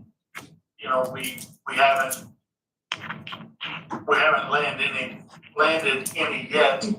Nor do I think we've applied for any in a while. So as it kind of relates to historic preservation, I know we did the CDBG grant for some redos up there in Wolf City on 3rd Street or 4th Street, whatever that grant was that we applied for. But I think anytime we have an opportunity to leverage somebody else's dollars, we should take advantage of it. Anyone else? All right, I'd like to close this subject and this one with just this. Go right ahead. You're gonna say what I was saying. Look, I'm all about grants. I've met for park grants. I've talked about parks. I've talked about, getting grants for things like, the potential boutique hotel next door for the Glen Hotel. I think these are where we need to be putting our efforts. I'm telling you right now, we are busting out the seams. I just made another hire. We're going to have to move somebody back into the big room. There are lots of things that you got to consider, and productivity is a huge part of that. We're spread out all over the place. There's no doubt whatsoever that we lose productivity by that we've lost something in the last year just by having development service in another area and not in day-to-day contact. You know, I can tell you that there are things that I'm not going to talk about in open session, that those costs that are going to eat into any grants that you potentially get if you involve the state with. So I'm just telling you, be careful what you wish for. Troy, do you know how because- much we're gonna get in grants? But do you know what's eligible? That's all I'm saying. But I know. So how we can't much. say it, we can't say, I mean, it's going to eat into it, but to what degree? So if it's $100,000 we're gonna get and it's gonna cost us $90,000, then totally that's not worth it. All I'm saying is we need to know, I can't look taxpayers in the eyes and say, I'm trying to be a good steward of your money. Could you have saved me money? I don't know. Could you have gotten a grant? I don't know. You put on productivity. How much you gonna put on that? I mean, do you want more Dollar Trees? Do you want more, condos that look 30 years old the minute they open? That is And I mean, I not, don't- that is in well, no I'm just way a telling you. reflection of having this building or Look, not. I'm It's very telling you, simply, you we're will gonna set find it back information 2 out. years at least. I mean, I'm gonna ask Heather, who's a product manager It's- or a project manager. Can you give Yeah. us your That's what I was gonna thoughts? say. Yeah, You- it to- you yeah. talked about it. Yeah. There are grants out there for sure, and I would not be opposed to the commission going and finding those grants. But it is also a timing aspect. Yeah. How important is it for you to get in that building versus how long is it gonna take to, hire someone to apply for those grants, go find those grants, get those grants, where do they come from? What, what Yeah. things are attached to those grants? I'm and not it's arguing up any to of you that. guys. All I'm arguing is we have to have the information to make that decision. So are we gonna lose $500,000 in productivity? But No, also, we're not. you can go research those grants, but there's no guarantee you're gonna get Of them. course. Well, But I to think- just I think we ignore move towards- opportunity on the If we have table. someone, if we have someone that can examine and see if there are grants available for this type of situation. And let's leave it at that, but we're not gonna stop moving on the lane, but we've got to move forward. We are busted. I don't have an office. I need an office. I got 4 more months. I need- Yeah, of course, but So we're I making don't wanna slow anything, and it may not be productive in the end for several different reasons. But if you wanna get someone to look at it, I'm fine with Yeah. that, but let's not slow anything. Yeah, I'm And not let's saying to consider stop all the anything. elements before we go out and request. Correct. Or let's consider all of the elements before we don't request it because we're making assumptions. So all I'm trying to do is say, give me information. All right. Can I make one suggestion? Mhm. Because they've got a lot that they're getting accomplished that's gonna solve a lot of communication and frustrations in our Uh-huh. city. That should take the priority before they then take a resource away from their volunteers. to They start just looking. expanded their volunteer group by 3 more people because the rationale behind it was we need more hands to do the work. You have So- to have people that volunteer and do the work. Well, managed, that needs to get managed. That's not on me. I'm just saying, We just only have a because few you've expanded people, the or board, maybe doesn't one or mean you two have anybody doing the on work. the commission that might even have the knowledge. Okay, then that's your fungible resource to allocate that. And then you have 7 more people that can work on, or whatever the number is. I don't remember how many are on it now. But we expanded this board by 3 people. And the reason we expanded it was that we had more people so we could get more done. So I agree communications is a priority. Have everybody but 1 person working on that and have 1 person working on this and come back to us and say, it's only worth this. It's going to take this amount of time. Totally not worth it. And then I can say, great, now I know that I've done my due diligence. But I don't know. I've been shocked at some of the amounts of grants, and I'm not going to walk away from I don't know what. It's very easy for me to walk away from $50,000. It's going to take us 5 years. That's a no-brainer. Okay. But I can't make a decision I without get it. that, and where I would like to start is that either myself or Troy, start with Heather, let's find out who we can assign this to, get some information, and move. Okay. But we're not gonna stop anything. Mhm. I gotta have an office. So I hear what you're saying. And I'm concerned with the citizens Yeah. as much as anyone, so that's how we're gonna move Okay, forward. here's the deal. The first thing you guys need to have, if you're going to look at any grants, is you have to have a clear-cut project description. You have to know what it is that you want to do, because that is the type of grant you're gonna go after. Okay, then it sounds like you So- should be the person working on this. I didn't say that. Okay, let's, But you know what I'm let's, saying? Because grants are very specific and, yeah. well, So it may not that's even the be one first that thing, exists. you know. Let's take this into a small group meeting. And I'll be glad to work on it as long as we can get it done by Friday. Let's just move it to that. Let's move it to that. Okay? We're okay with that. Let's Any do other that. questions? All right. So because we've been told we have to codify things in votes or else they don't actually have to happen, I'm gonna do a vote for this, just to Okay. move forward with. So I move to, let me scooch up one. Stuart, Candace, we got a vote 19. coming up. I'm getting to the right page. I move to ask to have HPC work on gathering information about grants that may be available for us for use at the Lane Building. I second that. All in favor?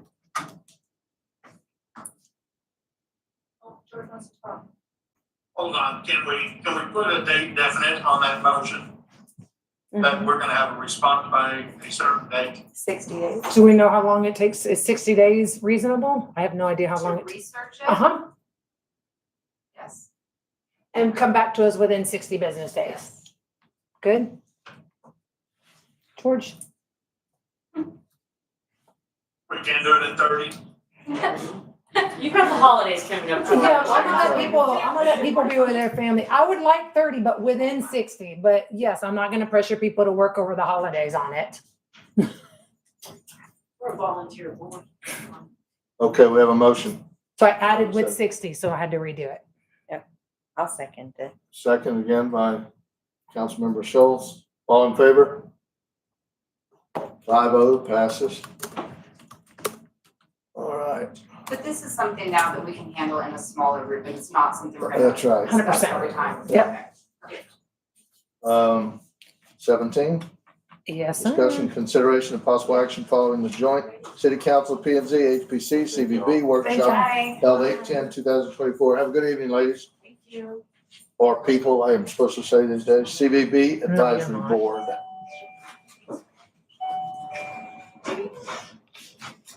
So third verse, same as the first, top two items only, what's been worked on or hasn't been worked on, if there's been a different priority that's taken place, et cetera. I have, Oh, I'm sorry, let me read them. I'm sorry, because I've been reading for Oh, everybody sorry. else. Priority number one, drive convention, open parentheses, retreat activities, typically weekday centric, identify opportunities we can leverage now.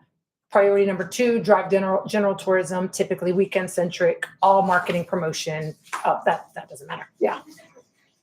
I mean, I think the report that I gave you kind of covers the first one. It's just been a very focused, I mean, it's all there if you have specific questions about it, but, The weekday activity, so stuff that's been done to drive Monday through Thursday activity. I mean, basically just the uptick of just really ramping up social media, doing the billboards to get people more attention. I mean, in general, it's just wanting all business to Glen Rose, to specific weekday business. I Yes. think that's still something that needs to be looked at in the coming year as far as meeting space and that kind of thing. So I think that kind of rolls into where we're going forward. I think this year has been really focused on just setting the stage for proper branding, proper foundational CVB tourism that hasn't really been there in the last year and a half or before, like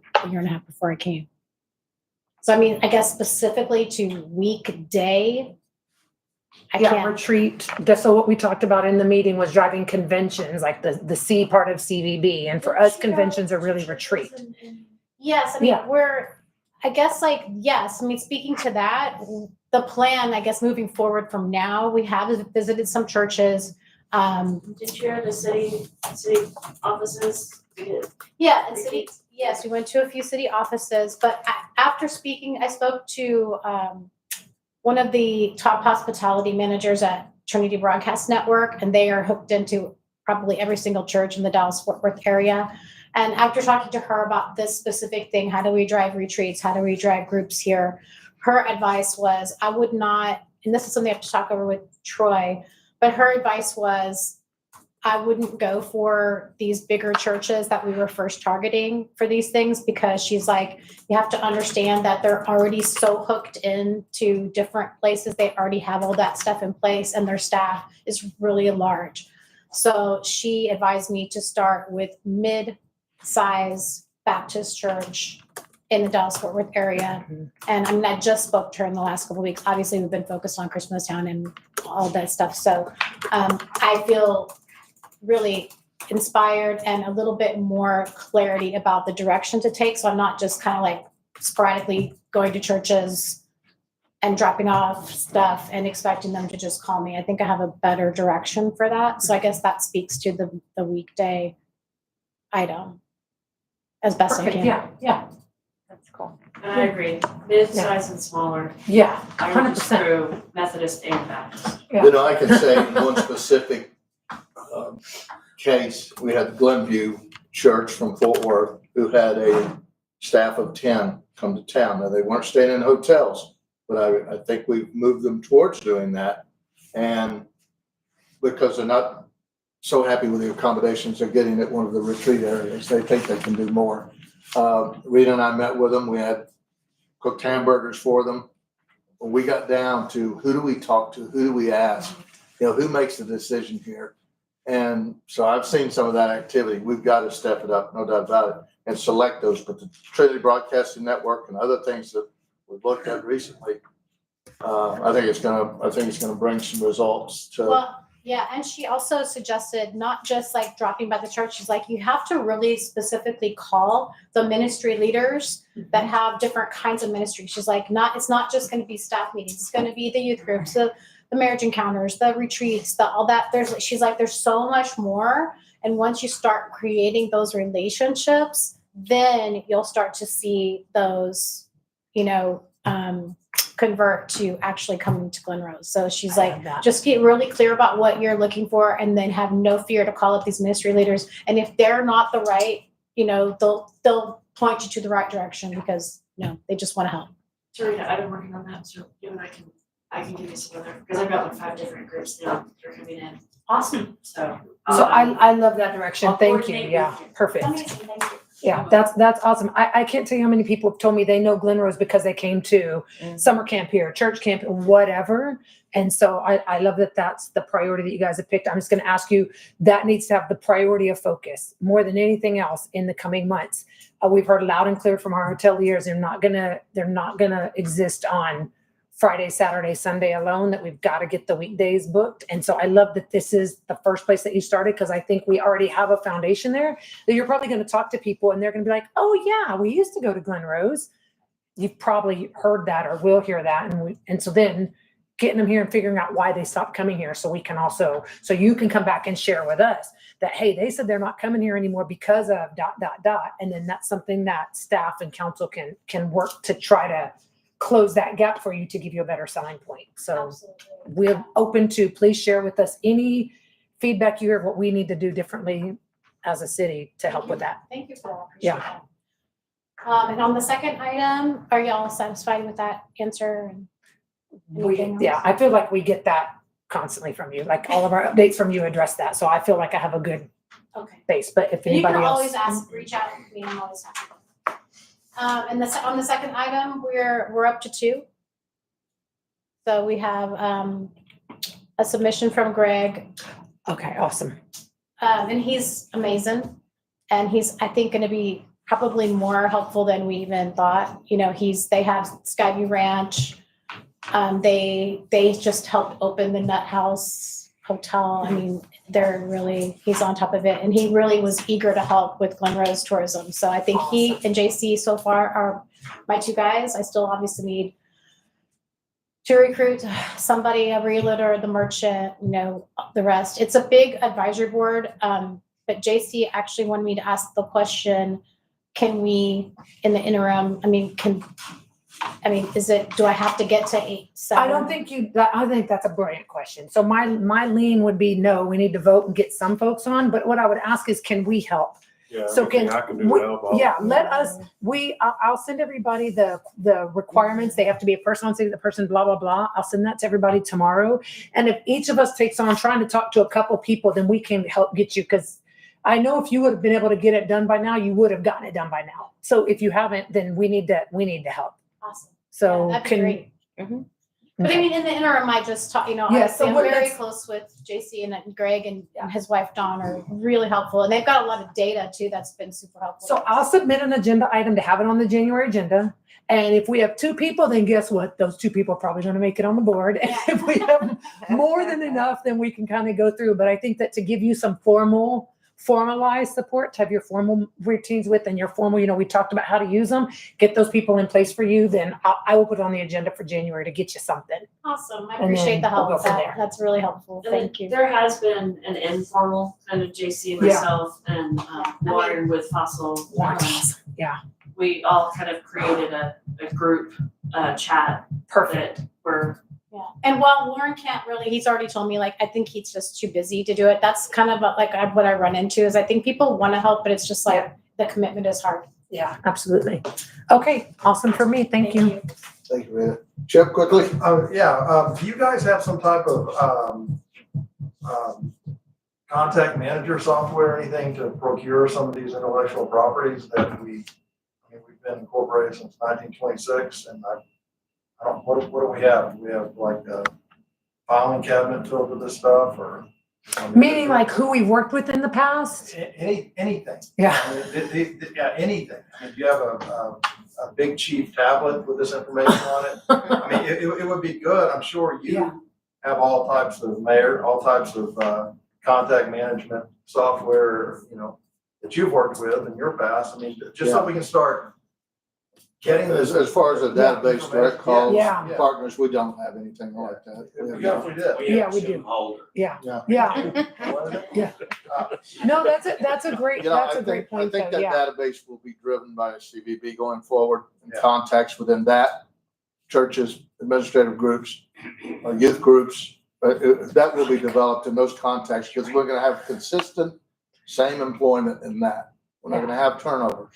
We're gonna keep that going. So I I think, think Greg, and when I met with Greg, that guy's a data trove of information. I mean, he has software that can tell you, he told me how many Airbnbs are in the city. Yes. He told me what their average night per stay in the Airbnbs was, the areas that, that's what we need. Yeah. Honestly. Yeah. Well, I just see our intellectual properties continually go out. It's the door. all, yeah. coming and going. And, Yeah. but we're paying for it. Citizens are paying for it, but we have nothing to show Yeah, for it. that's a great point. Veronica's taking it down because she's a data queen, so she's gonna help us with that. I love it. Is there, I ask one more thing, is there something I reached out to Kelly when I first got here and just said, hey, can we get together? Cause maybe she has some stuff, or maybe she has binders, or maybe there's just something, but I just don't have it. I just haven't had any response about that. There must be something somewhere. I wouldn't go that far. I don't know. There's a lot of times we think that we should, yeah. You'd hope that there'd be something. Well, I think we need to start, we need to start a formal. yeah, we need to have the routine, formal yeah. plan, because as we have people come and go, as they will, we've got to have that succession of not just employees, but information. Yeah. Good point, Chip. So that's what we're going to work towards. And, Yeah, the institutional knowledge stays with the person and not with the That's right. institution. let's go. Yeah. All right, thank you, everyone. Number 18, discussion, consideration, of possible action after action reviews, expectations and tools following the joint city council P and Z HPC CVB workshop held August 10, 2024. So as y'all can tell, I was looking at my notes to see how we're doing. This, I love this. So if y'all don't, I get it, but this makes my heart happy. And it was actually Stuart that made me go, ooh, let me look at this. So- I've got a steak in the oven. Yes, I know. So let's just all say that my idea is genius and we're good. So we've talked about after events, learning from them and making sure that we either apply them to that next year's event if it's annual, or applying it to like the candy. We had a whole candy night, situation in the homecoming parade, I think it was. So it was top of mind for us. So we made sure we addressed it in the Christmas parade. But can we capture that to make sure that every parade we look through and go, what lessons did we learn from this parade that we can use? Or what lessons did we learn from this year's event that we can use for next year's event? So after action reviews, I used to call them postmortems. after the fact, you review it. How did it go? What do we need to keep doing? And it's not always we did something wrong, but what was killer that we want to make sure we always do. And so again, in the space of codification, I wanted to go, let's create a standard routine that we follow. And so attached is an after action form that we could all complete the same form, be it us on council, be it the Christmastown event has a Christmastown committee, I think is the right word. So those folks would provide it. Jim would provide it for, we shouldn't rope off here. We need to, the stuff that he comes across. So whoever is involved fills one of these out. So step 1 is getting the information down. Step 2 is in having a regularly scheduled. So whatever is the last day of the event, the next week you have to review it. Because if you wait 6 months or 3 months, it's out the window. Okay, And make then a I'm motion, sure, because I want this too. one more thing. And then I'm sure that Veronica will take all of these and exactly what Chip was talking about, put it all into a database. I've got an idea if she wants, but she also is brilliant. So that we have, whenever everybody here wins the lottery, the information is still here for us Can to I use. read really quick the protocol for events? Because after our parade, we came up with this, right? Awesome. So Yeah. all employees are available to work during events. It doesn't mean that they will, but it means that, when we hire people, we make them aware that we are a tourist town, that there may be times where you're called upon to work. Any Right. Saturday worked will accrue an extra day off to be taken at employee's request of department director. Love So it. we're not losing a day by working. Hourly workers will be paid at time and a half.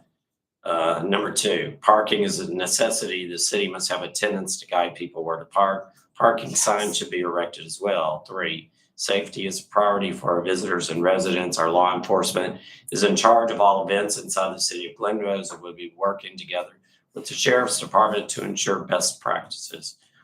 4, the city administrator is the person responsible for making decisions related to events, including parades, concerts, etc.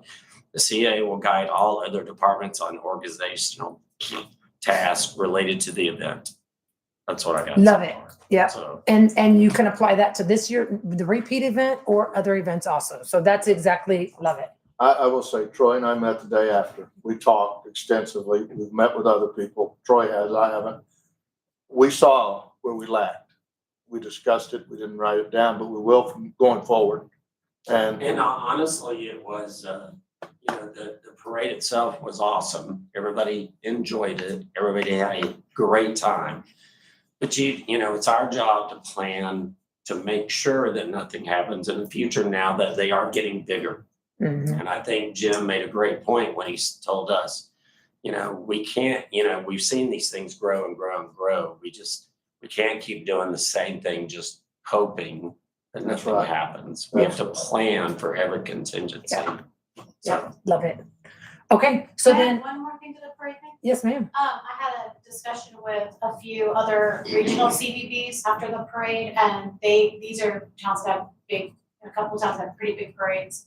One in Weatherford, I can't think of it, yeah, Weatherford maybe, but, they were just really great about letting me know, like, hey, there's like a literal, I can share with you a literal checklist, I can share with you a Cool, literal, yes. like, what we can do to make sure we cover every single aspect.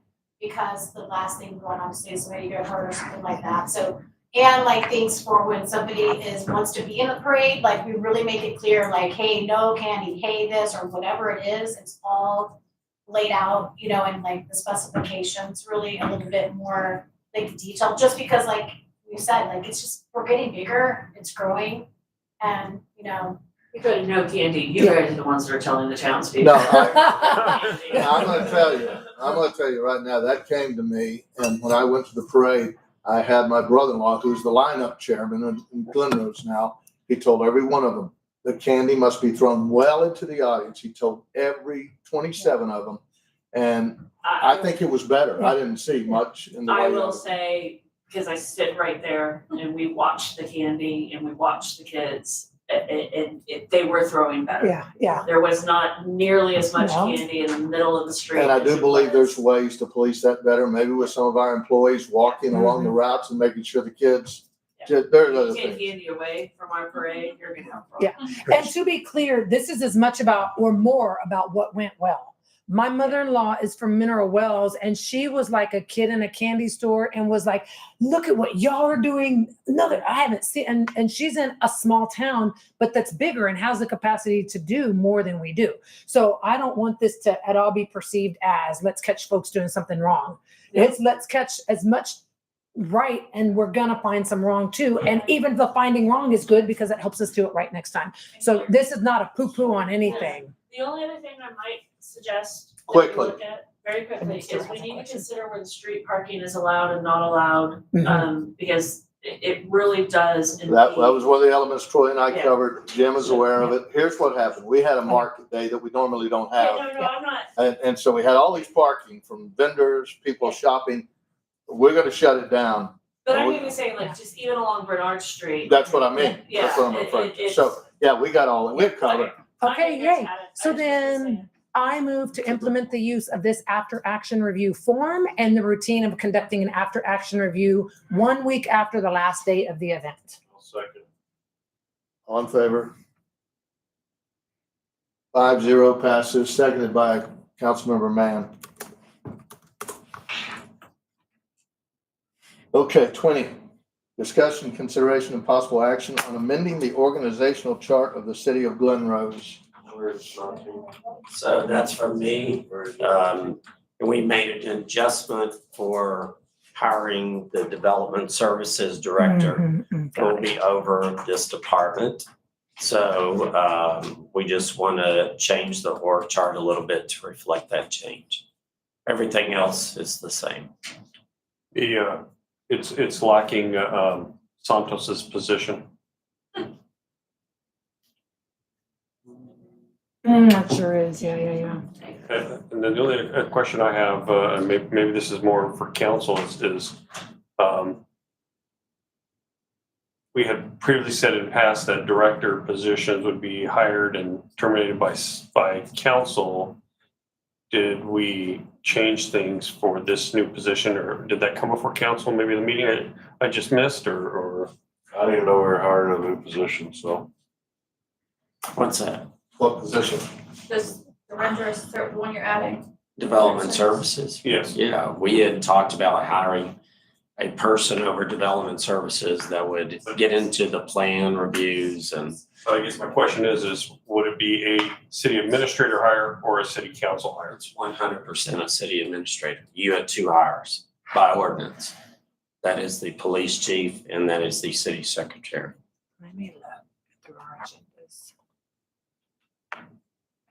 I'm gonna look and see, because I feel like we had this discussion in one of our city council meetings, but I can't remember why, because ordinance is what we have to do, but we can always make a decision to do more, but I don't think that we did in this case, but give me a second to try to look. Can he Director. introduce himself? I mean, what's done is done. I mean, I just wanted to Oh, yes. know, so we have the org chart correctly documented. It's just a sign. Well, hey, they just look, hang with it, try to find it. Let's- Yeah, I'm fine moving forward. We can come back to it and I can see if I can Okay, answer it. do we have any questions on the org chart? Anybody? George, you have it? I kind of concur. I thought that we had said that this was going to be a council hire when we put this position on 2 years ago when we talked about it. No, you did not. And it is not by general law statute required to be a council hire. Okay, I'm trying to look through. There's I only mean, 2. just for validation, what's required by statute is not the only option. So there could have been an option in which the statute didn't require, but we made a choice as a city, but I don't remember doing that, but I'm looking. Well, most of us were Or not we here 2 can- years ago. Yeah, we can table this, follow we can this. table this till our We'll next follow this. meeting and that'll give us time to confirm it. Sorry, Stephen. Yeah. Hey, hello, sir. Welcome aboard. That's what I was gonna ask, am I still? Okay, With those boots, of let's get course. the information and table this. Yeah. Let's just Yes, move sir. forward. Veronica, note that'll be tabled, and put it in the next agenda item. Okay, Discussion, consideration, and possible action regarding the creation of a right turn only on Northeast Mesquite Street at Live Oak Street.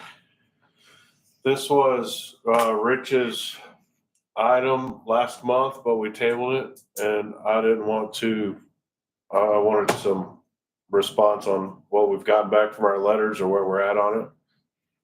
Because it is an intersection that we need to be focusing on. Big time. So where are we at? Troy, I'm sorry. where are we at with our letters for the Mesquite and Live Oak? What New letters? residents. The right turn only. We're gonna send Or Yes, one way, we one way. have Versus one way. delivered all the letters. Matthew delivered those, correct, Veronica?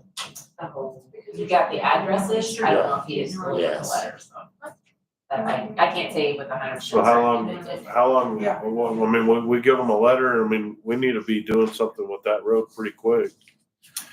So how long out, where are we at in It's terms 10 of being able days to do required anything? notice. It's 10 days required notice for them to respond. Is this something that falls within a response is required or are No, we no, doing that? we're not sending them something that they. Yeah, they we have were to doing sign. a courtesy, we were doing a courtesy note, but it's not a, we can do it.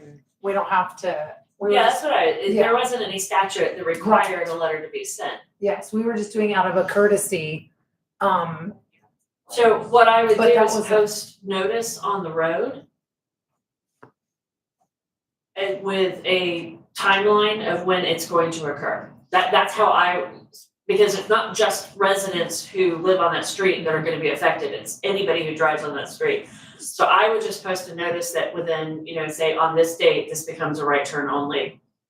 And So Chief Martin, can I get because at the end of the day, while the residents' opinion matters, your direction as our chief of police, and this is clearly a safety hazard and a road safety hazard.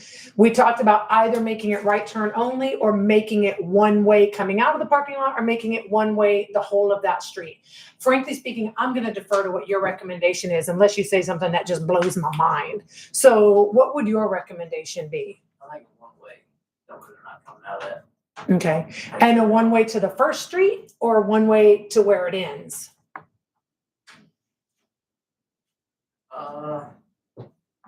I'd be the way on that. Just thinking, so you tell us, is there a risk or danger in having half of the street a one way? Because I think that's what we were asking is, do we create a hazard by making half the street a one way and half the street not a one way? Is that a hazard that you think is a big enough risk that we should make it all one way? Yeah, probably all. Well, it can't be all the way because it ends It at the has to water, stop it at ends at the Hill water Street. tower. No, So- that's the, That loop. One more that block loop, down. yeah. so one way to Hill and then force people to come Yeah. downhill back out Jackson. Right. I would just post notice on the street. I'm just ready to do it. And that's what you would recommend as the safest option? Because we're going back and forth between that or Yeah. just Because making you have Live Oak anybody who goes to Street, Grumps that's gonna be affected. making Live Oak a right turn only, so somebody can't turn towards 67. We just had, I literally saw somebody pull up into Grump's graying grass because a trailer pulled out and had a trailer all the way Yeah. around and But they you had to also pull have up. the other businesses, Right. just on the other side, you've got Yeah. DT Roofing or The bank. the bank and all of that, so it affects more people than just the Right, residents. but if you make it a left, if you make it a right turn only, those cars are gonna turn right and then they're gonna get into the bank and then they're gonna get into the post office because they're not gonna come all the way downtown and turn around. So if we make it one way and they cut the block, you just do all the mind work for them. You make them go one way and come back this way, then they can turn left and get to Oh, I'm 67. fine with one way, Okay. I'm just saying, the reason I say post it on the street It's because you're not. To get the information to everybody who drives by and not just the Correct. property owner. because the property, it affects more than just the All property. right, we'll owner. get Jim to design a George? sign and get it out there. You got a stinking face on. That is a thing. Yeah. Will you take the mouse off of his body? You were Thank thinking. you, I'm sorry. It's a very complicated situation. I don't know that, I don't have an answer. I think that I agree with Stuart, that if you make it a right turn, then they're gonna cut right through the post office. That's more revenue though. Now, does that help get the traffic away from the intersection? Yes, maybe, but, I don't know, I'll support whatever the decision is, but I don't know that there's a good decision or outcome from this. Yeah, I think Are it's a you okay little, with me making little, a movement? inconvenience to motion? make it one way. Last week. Yeah. It's not that many people we're talking We got about. to do something. I say, Can I say this? If we make a decision and we know what's there now isn't working. So we can try something, and if we get a ton of feedback and it causes problems, or if Chief Martin's out there and says, nope, this isn't working, we can always change it. So I move to make it a one-way street down to Hill Street with signage added about the future, let's say effective January 1st. So then that gives the month of December for people to figure it out, or is that too long? well, depending on when we get the sign out there, let's Yeah. give them, Well, if 3 we get weeks. the sign, the main part is catching the people leaving the parking lot. Right. As long as we also have a sign right there directing them that it's one way. I mean, So, I'll second. All in favor? 4, 5, it passes. Jim, we'll get with you and let you and Troy decide what kind of sign. And we'll give it, how many days we give it? Give it 3 weeks. We said effective January 1st, Okay, so that effective gives us. January 1st, so if we get the sign up the 31st, they get 1 day. Let's move a little quicker. Yeah, you need at least 2 Yeah, weeks. Jim. I think for Bud to be able to enforce that legally, it has to be in an ordinance. And then I think we have to post it in the newspaper for so many days. Yeah. So that all has to happen before enforcement. Okay, So well, the sign goes up, then you get everything else in place, and I think it's like 30 days before enforcement of ticketing or. Buck, will you look into that? Can you find out? I will find out. And let me know, or let And Troy know. Veronica, will you go ahead and add it to our, thank you, ma'am. So we'll retract that. Well, no, you can vote for the sign, typical warning sign up for the. Then she'll come back with. Yeah. Yeah. You can do the coming soon sign, you can even put the actual directional sign, You you just just can't- can't enforce Yeah, it you- until all the stuff The is in signs place. up tomorrow, Okay, it's just when it comes to enforcing Yeah. writing tickets. Yeah. okay, all Perfect. right, that's. So then we we're fine. can put it out, it can be in effect January 1st. In our January meeting, we can do the ordinance, we can do the notification, and then Very good. enforcement follows whatever the law Okay. requires. Right. Awesome. Thank you, guys. Thank Thanks, y'all. Rich. Thank you. Appreciate you putting it out there. That's, yeah. Okay, we have item 22. Discussion, consideration, and possible action on amending chapter 14, article 14.01-1 overlay district enacting clause. So this is actually a creation of a new piece to that. So we're not changing anything that's in existence. We're adding another section to it. And what this section does is it gives us the right to define and create overlay districts. An overlay district, the basis of an overlay district is we define it. It can have multiple zoning districts under it that then when there is a rule within the overlay district, that takes priority over the zoning underneath it. So having an overlay district allows us to make a rule that may cross B1, B2, B3. It may have a rule that says, hey, this residential area is not going to have short-term rentals allowed in it. It's going to be a residential only type thing. It could be that you are enacting where you want to do more development of entertainment or districts. So there's different things that we can do with them. But we can't do any of it until we're actually allowed in our ordinances to create them. So that's what this first part is. It's just saying, if we want an overlay district, we can do it.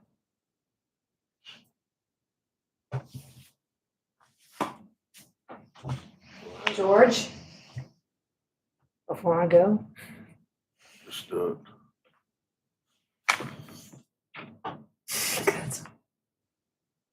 Doesn't this have to be enacted by ordinance? We are creating the ordinance. That's it. So that's chapter 14, article 14.01-1 is the ordinance change to allow the enacting of the district.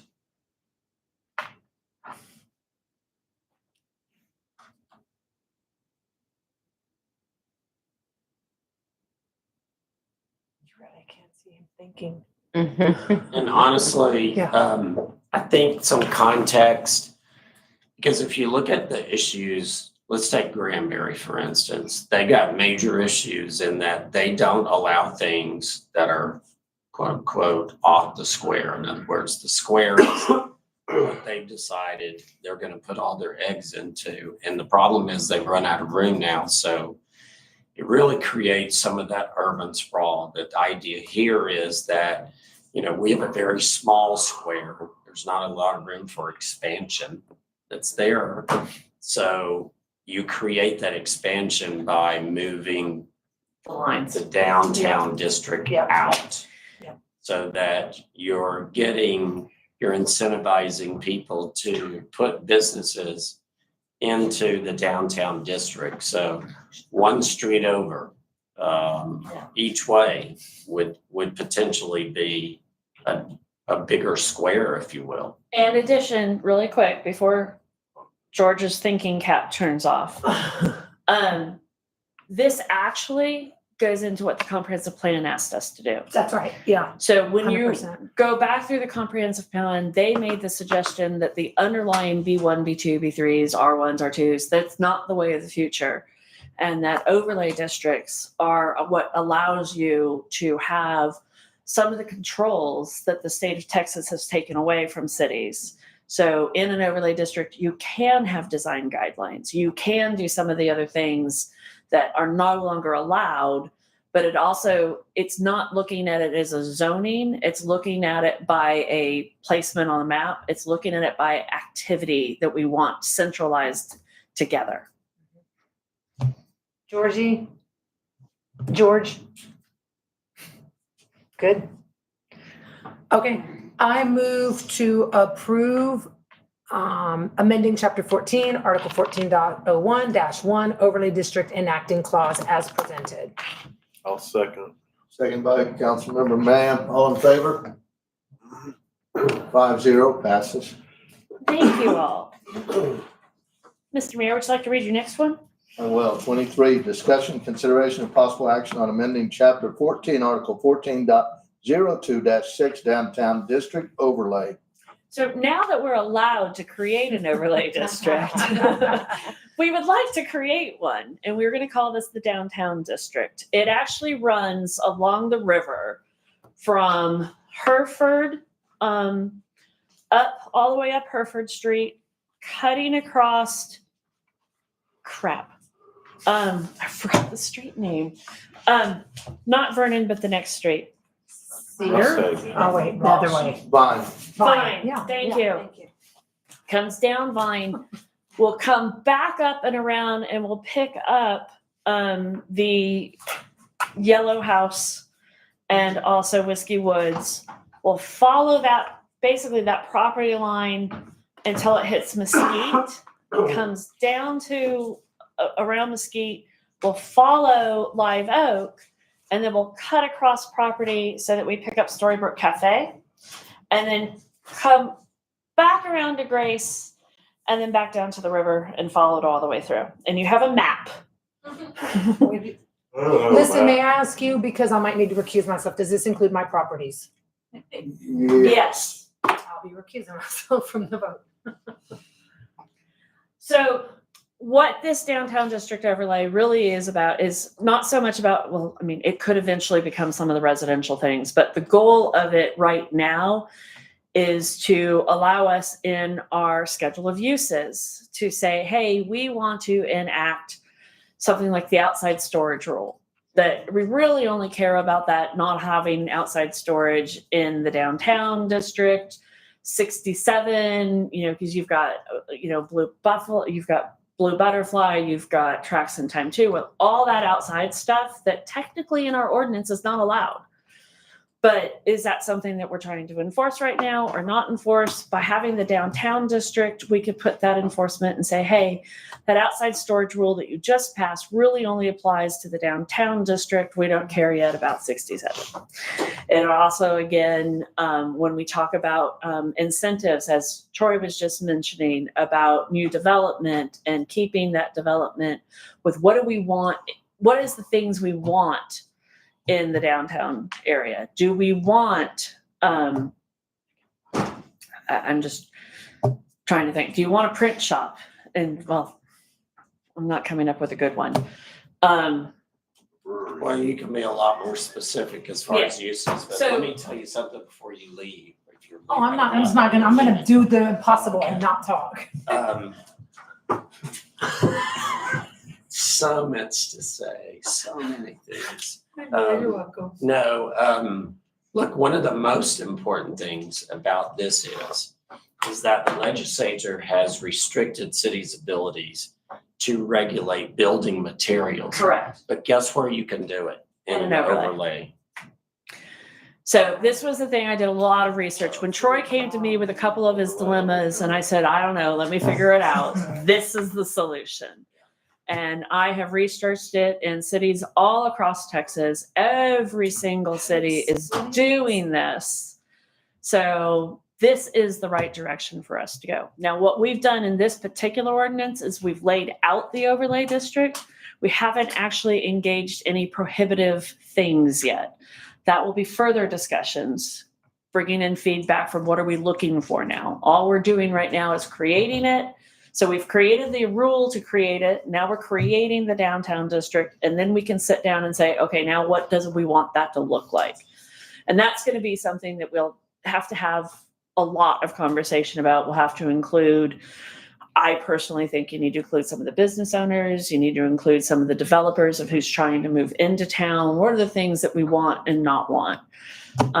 So kind of like when you were talking about with 3Bs and the brew pub, that you want that building to look a certain way. We can't do that. But we could if we have tucked them into an overlay. So will we create like an overlay for 67? We can. And we may Good. split 67 up and do different overlays in different parts.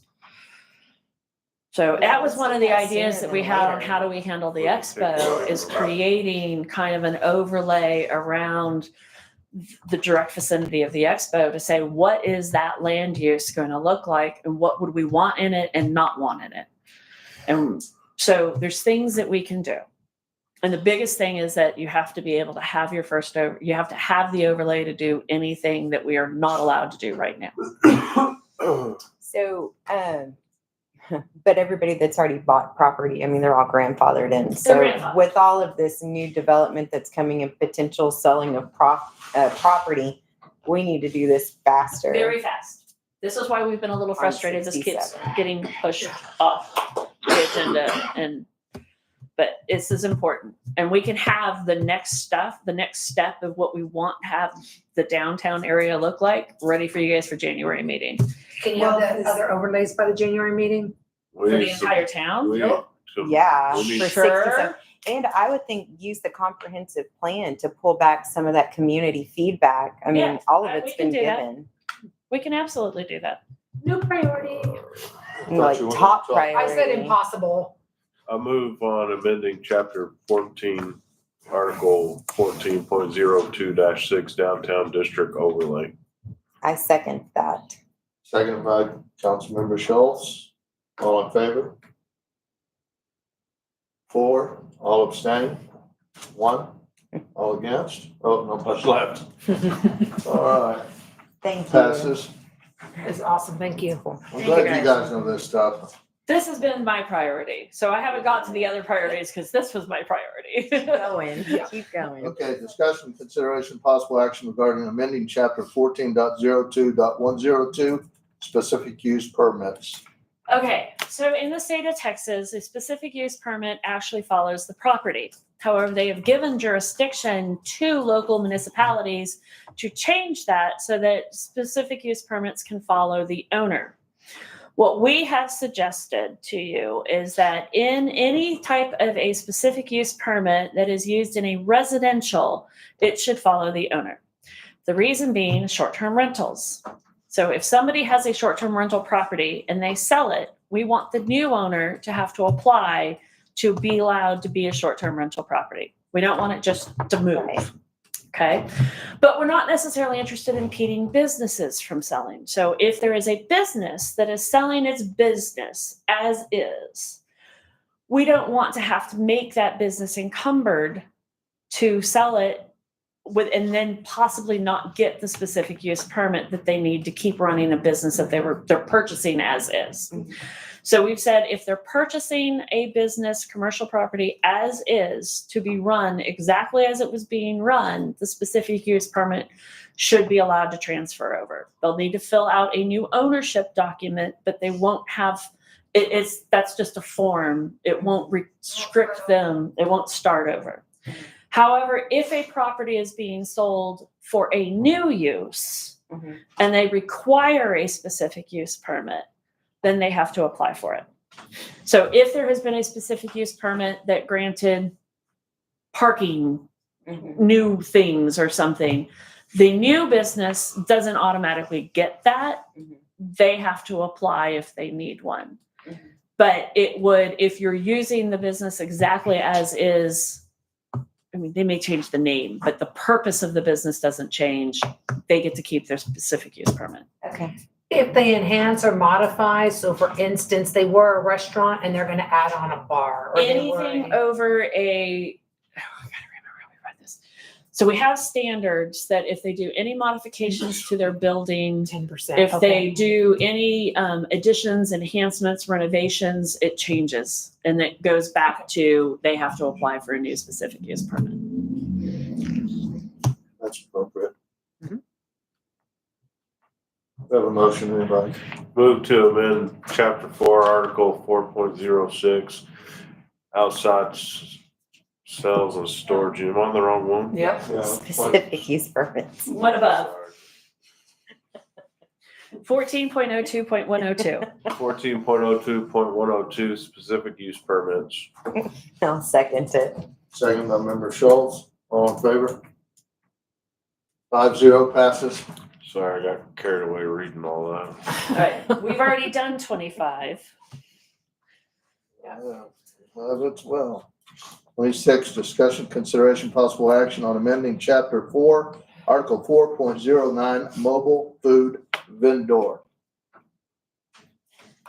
Okay, this was just some language changes, two main things. Taking out some of the health code items that we had written within our ordinance and pushing it back to you need to follow the state so that we're not required to keep updating our ordinance every time the state changes their ordinance.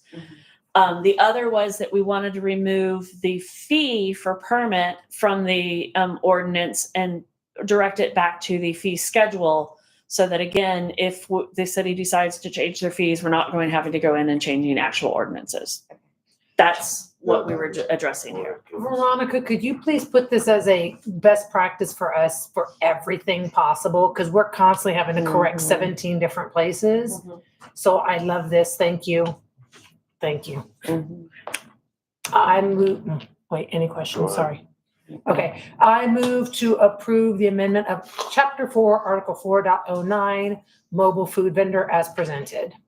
I'll second. Second by member Mann. All in favor?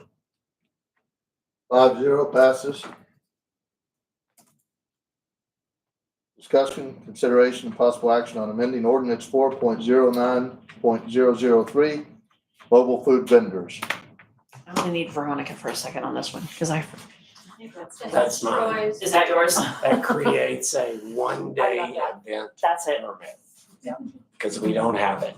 So, like the We only have a thing, fee in the ordinance now for that?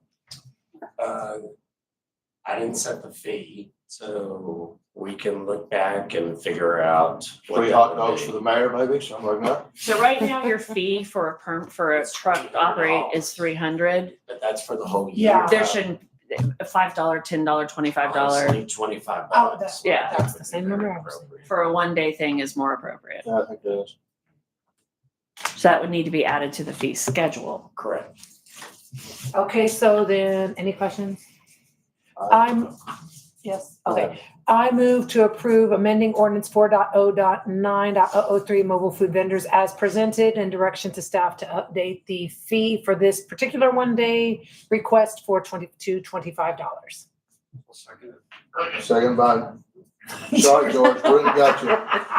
All in favor? 5-0 passes. You got a delay. You got to spit it out right when she stops. While I'm still going. You're welcome. Thank you, Pam, for all that. Thank you. Great 28, 29 stuff. have been removed. Consent agenda. All consent agenda Wait. items can be considered routine by the Wait, city wait, council. did you say, what about 28? It's Oh, 28 is out? Okay, my apologies. 28, Okay, 29 28, come back 29, next month, gotcha. or maybe February. Tabled, okay. Consent agenda can be considered routine by city council and acted by one motion. There will be no separate discussion if council member requests them, unless removed and considered separately. Anybody have something separately you want to speak to? If not, someone can make a motion to approve the consent agenda. And Make a motion to approve the consent agenda items as presented. Second motion. George got one. All in favor? 5-0 passes. Done. Sorry, I should have waited and let him do it. Swore I thought this was gonna go to midnight. Staff reports. Jim Holder, if you would do Public Works Director report for November 2024. If you have questions, please direct them to Mr. Holder. I don't really have a lot to add. I've started working on trying to get some signatures for the easements for the sidewalk project. Grace? From Gracetown? Yes, sir. I have a meeting with a property owner Saturday morning. That'll make 5 of the 7, so getting there. Have you had any opposition? Not really. I mean, I haven't had any signatures either, but everybody seems to. Well, I know two. and Like they're for the it. idea, Yeah. so. Any questions, folks? The water tower lights are messed up. Have we called those in? And we're just The name waiting. of their company is Holiday Kings. So you can imagine, like they're covered. I don't know if they'll be out before January 1st.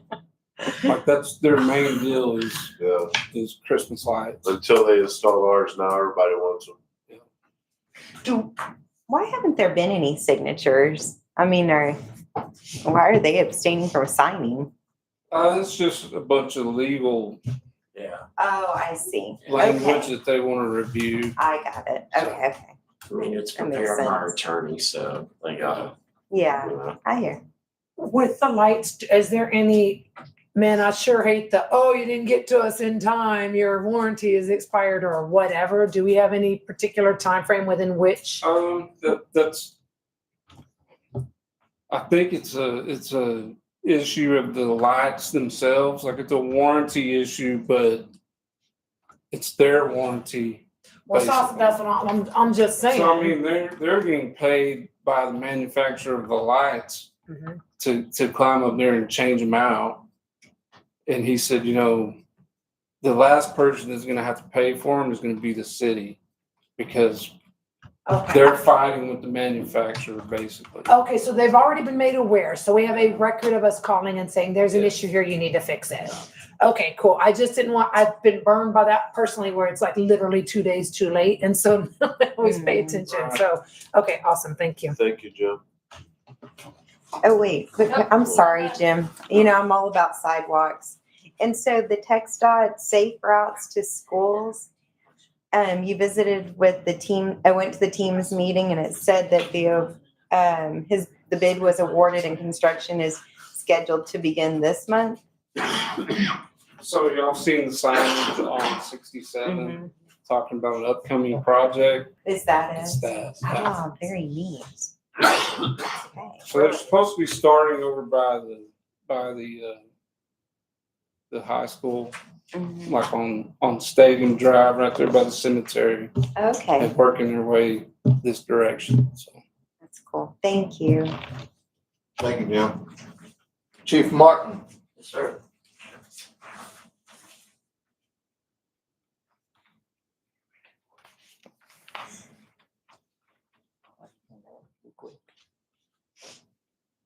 Anybody have specific questions for Chief Martin? Did we already bring to council to approve using the third-party contractor for? Oh, yeah, we They did. said we didn't need to. We're good on that. I'm sorry? So we didn't need to. Oh, okay, We're gonna keep them. For what? Oh, no, yeah, okay. yeah. Cause I was gonna ask, are we working that in yet? But so Yeah, then he's we don't still need with to. us. So that's working for you? Yes, it's helping. Okay, Yes, awesome. yeah. Are you done with FTO time? Yes. Yeah. Okay. So we're back to 7 day a week? Yes, sir. Anything else? Thank you. Yeah. Thank you. Yes, sir. That's it. He's like, Easy. "Hey, how these long I meetings?" It's dropped them off for you the other day. Hey, this is the exciting Do an part. introduction at this Yeah. point. I don't think we have anything other. Yes. The hired, non-hired. Awkward. We got a steak in the oven. By the way, Your steak's ruined by now. Yeah, it's got enough waste. on it. Let's go back to that. Can we make a motion to hire the guy? Yeah, that's right. I'll second. I just need to clarify under 1.04001, city administrator. Powers and duties, supervise and coordinate the activity of all city departments, including the hiring and firing of department heads and employees, except those employees identified by ordinance or state laws. Officers of the city are to be hired and fired by the council, which is two, which is our police chief and our city Or we secretary. currently hire 4. No, we don't. Yes, we do. It's in our ordinance. We hire for. I mean, I'm just telling you, those are You- the Yeah, ones.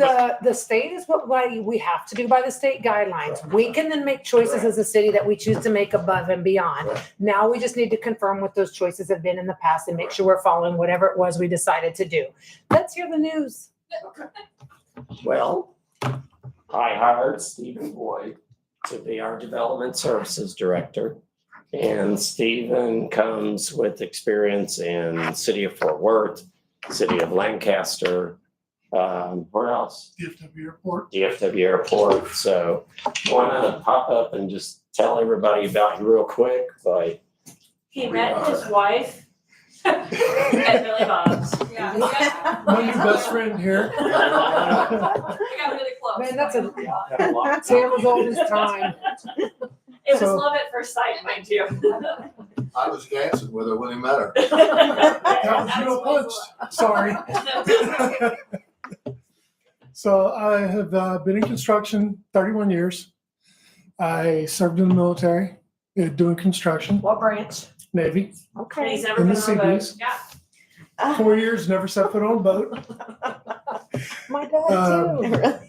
I continued out of that with my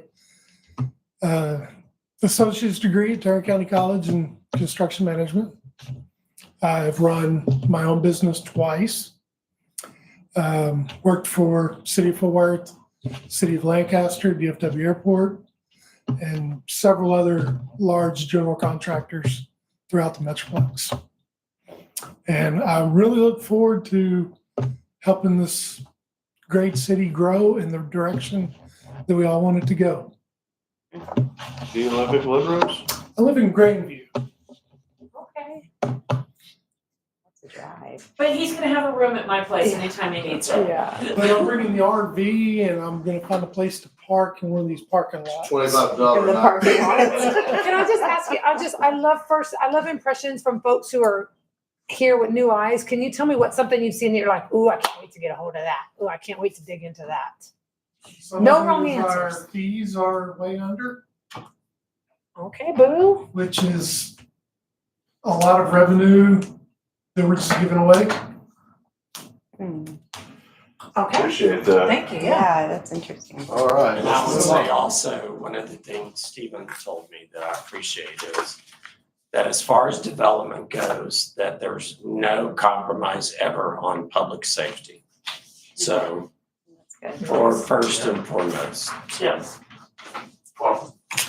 Welcome. We have no code enforcement officer or animal control. Anybody have anything? All right, move on. Convention and Visitors Bureau, Rita May. Well, I submitted all my reports and all my data because I was trying to make it like everybody could go through it. I know I should get to you like a week ahead, but I'm working on that. Just a lot going on right now. But if anyone has any questions, I'm happy to answer, or any comments or feedback. Great job on Christmas Town. Thank you. That was wonderful. Thank you. Did everybody get a chance to watch the video yet? Yes. The little Nope. 20-minute? Well, let's get I ready just want this to correct morning. that, Yeah. Christmas Town. It was wonderful. I say it is wonderful. We got a lot to go yet, folks. Yeah. We still got 3 weeks. Yeah. True. Yeah. I love it. I thought it was great, and I'm glad we had that. I mean, I think the top, the highlight comments I just want to reiterate is just, how important, I didn't even realize how important it was to really lay the groundwork for branding for this city in the correct way. So, I mean, this is my first year as a tourism director. I've never done this before. So I've been a lot knee deep in research, a lot of mentorship, a lot of phone calls I make to check my work with other CVB directors and people in the hotel business, et cetera. So I'm a lot of interaction with Excuse me. a lot of interaction with the community, a lot of relationship building with just so many different people. So I hope that to just do even better than we did this year. But I think I couldn't skip over all these kind of tedious things that needed to get done. Even kind of referencing Chip, just kind of coming in at a blank desk at the beginning of this year and just kind of okay, picking up the phone and making that first phone call and trying to understand what it is I'm supposed to do here. So I think I have a lot of better understanding of that and a really clear view of what I know Glen Rose could be, but I know it's going to be even better than that. So I looked to our 2026 centennial, right? Our 100-year, and I just see that being a really amazing time. I think we'll have come a long, long way in the next year or two. Keep working hard. Okay. Wow. That was easy. Okay. Troy, you got 4 minutes. 4 minutes, okay. Our Well, city administrator report for November 2024. Yes. Grab it up, yank it out of the wall. Yeah. Our sales tax was up. Obviously, we haven't gotten December's yet, but the projections are for the year, we're gonna be over 2.2 million, which is amazing. So that's incredible. Christmas Town feedback, and again, we're not gonna have numbers till January, but if you look at the reason we did it, that if you looked at our year for the sales tax, you would see a spike in January, which is a reflection of Christmas past. Then you see a spike in June, which was a reflection of what we believe was the Music Fest, getting 1,500 people over 2 days. So what we're hearing from the merchants is they have the best Black Friday ever. What we're hearing is they had great results on the day of the parade. So what I anecdotally saw was that Sexton Mill was packed to the brim after the parade. Blackie's, what I've seen for the last month, every Friday, I make a purposeful trip just to see what it's like on the square. And it's packed on Fridays. So what we're doing is working. I mean, the whole thing, the message is, if you build it, they will come. So we just got to figure out what are those things that we're going to build. It was Christmas Town. We're talking about a spring fling, or we're talking about something that we want to have something every 3 months that's going to be something we can plan around. And then you do the miniature versions, which it may be, a city produce market with a live stage at Heritage Park, or a car show in the town square around the courthouse. Again, driving everybody down here, right? That's the purpose. So I think we're on our way. I think we're going to have those 4 big festivals solved then the question becomes, you know, how do we fill in? How do we turn these, and we talked about it today, how do we turn these one-day trips? You know, we know that if we market to DFW, it's going to be a one-day trip. Right. We know that if we market to Houston and Shreveport, I think was our second biggest, that it's a 2-day trip. So- in Austin. But not Austin. According to the information we saw, the biggest ones were further away, Lubbock, Shreveport, Tulsa. For the longer stays. For the longer For the longer, stays. yeah. So- Abilene's a big one. Yeah, so, you know, that's gonna dictate who we market to in the future if we really wanna do heads and beds. But remember, we have the soccer fields that I honestly believe are gonna be one of our biggest contributors to heads and beds. You know, so, and, you know, things like marketing the golf outings or things like that. I hired Scott Gibson. This is on a contract basis, and he's an hourly worker. So he's a what is it, 1099. And Scott's, man, you talk about hitting the road, pardon the pun, but he knows exactly what to do as far as organizing events. And so I think we take what I hope to see, and I think I've seen it already, is that he meshes with Rita and really complements what she's doing as far as marketing. So we figure out what events. Scott's the organizer of events. You know, he's going to organize things. He's already reached out to the Soccer Association of North Texas. They have like 7,000 kids in this association. So these are going to be big opportunities for us. He's going to organize those. She's going to market it. And, you know, to be determined anybody else that we add to help those efforts. And I do think that what she does helps the sales tax. And I think the awareness that we're getting is obviously helping the sales tax too. So we keep driving people. I like billboards. I like them close to town. I think we see other people around us that also believe in that. You know, the Cheerful Hearts, the Heikos, the Granberries, people like that. So we know they work. They work when they're positioned right. So we're doing those.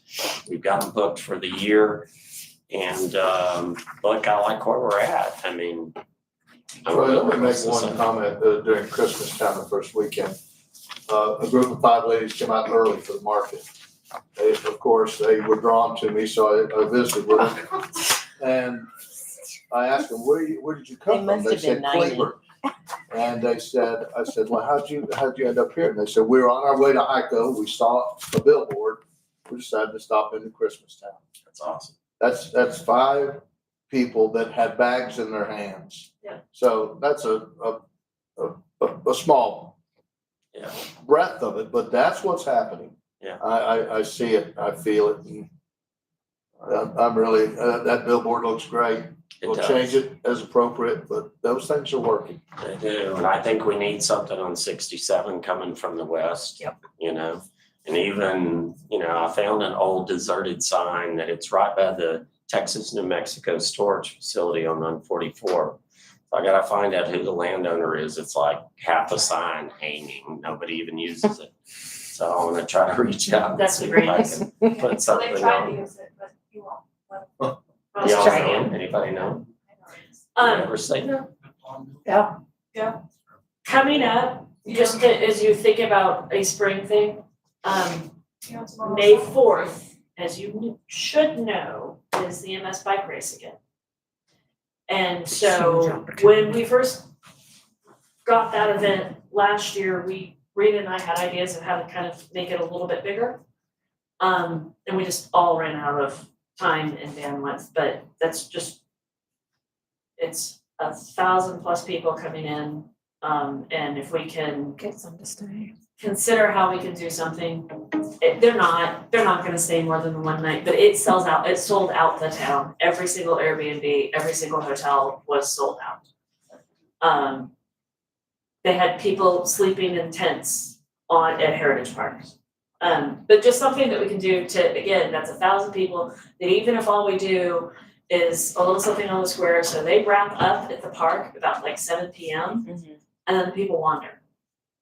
And so something that gets them a little bit more exposure to Glen Rose so that they will come back another time. We're not gonna get them to extend their stays during the ride, but just something to get them to go, wow, I really wanna come back to this town on my own another time. When was the event last year?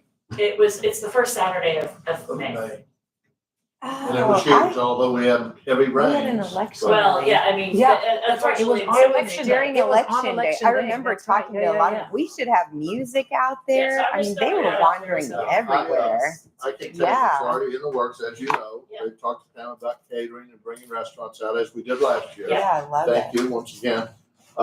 They have asked for a 1-day alcohol permit in Heritage Park, so their members can be served beer, wine. Because they haven't had a drink in And months. they actually wanted to go to the school. Trigo both said, no way. And I mean, it's during the school year. So we've got some movement going already. They're coming here again and their members love it. They absolutely love it. I think we put a band out there at Heritage Park. So they're gonna already have bands at Heritage Park? Well, they did ask me, could you guys, Okay, so Oh. I'm thinking Yeah. a little beyond Heritage Park, kind of expand it onto the square a little, just you're right. just so that people That's can what see I'm more than Anyway, Heritage we'll Park. be meeting. You guys will Yeah. be meeting on this. It's a great I event. just wanna throw that out there. Two last things. We have paused the sidewalk program, although they're finishing a small part on the south side, the southwest side in front of Gabe's and Hot Mess and Spirit Wind. So, we paused the other parts till after the first year. So just an update there. And they look fantastic, number one. Number two. And then the study that we did, and this was an economic development / housing study by Next Move Group, is complete. So they're gonna be coming in January. And I've seen the economic development one, and it is fantastic. It does, if you're interested in grants, anybody interested in grants? Then it absolutely gives you some of these economic grants that I didn't even know existed. So I think that's gonna be fantastic. And then the housing study is gonna be part of that. So, what kind of housing do we have? What kind of housing do you need? Here's what you're getting, here's what you need. Airbnbs, here's how many you have, here's how many you should have. So I'm looking forward to it. It'll be fantastic. So, Thank you, Troy. Rita has a. I just wanted to add one more thing at the square events is just, Scott and I were talking, and I think what we can do we talked about it a little bit earlier, but is activating the square as an event space, like a venue for other events, so that the city's it's not put upon us to put on every single event. That Scott, who's the person who's put on the Y event for 6 years, he's gonna be the perfect person to reach out to different events that are happening regionally and say, hey, come and have your pottery show on the square. Here's what we offer you. We close it off. We can do this. We can even give you grant money. We'll help you promote it. Come have your event on the square. So that's artists, hobbies, all kinds of things, beyond our shows, just so that maybe can also fill in the blank is to start to use our square as a venue that will attract events for programming. That was one of our goals that the hoteliers had asked for. Yes. So I appreciate you following up on that. Okay, we're down to city council and mayor's report. Do you have something, Dee? I just have one thing. So first I want to send a huge thank you and recognition to Commissioner Jeff Harris and Commissioner-elect Chip Jocelyn. As most of you know, there's been Bitcoin, the marathon industry that owns the Bitcoin data monster that's in Granbury and affecting Hood County and currently Somerville County has been an issue for well over a year now. And both the commissioner and commissioner-elect have been involved in that, an opportunity, and so did also Councilman, I'll just say Rich. Rich has joined many of those meetings. Candace has joined some of them because we have found that there are Somerville County residents and Glen Rose residents that are being affected by it.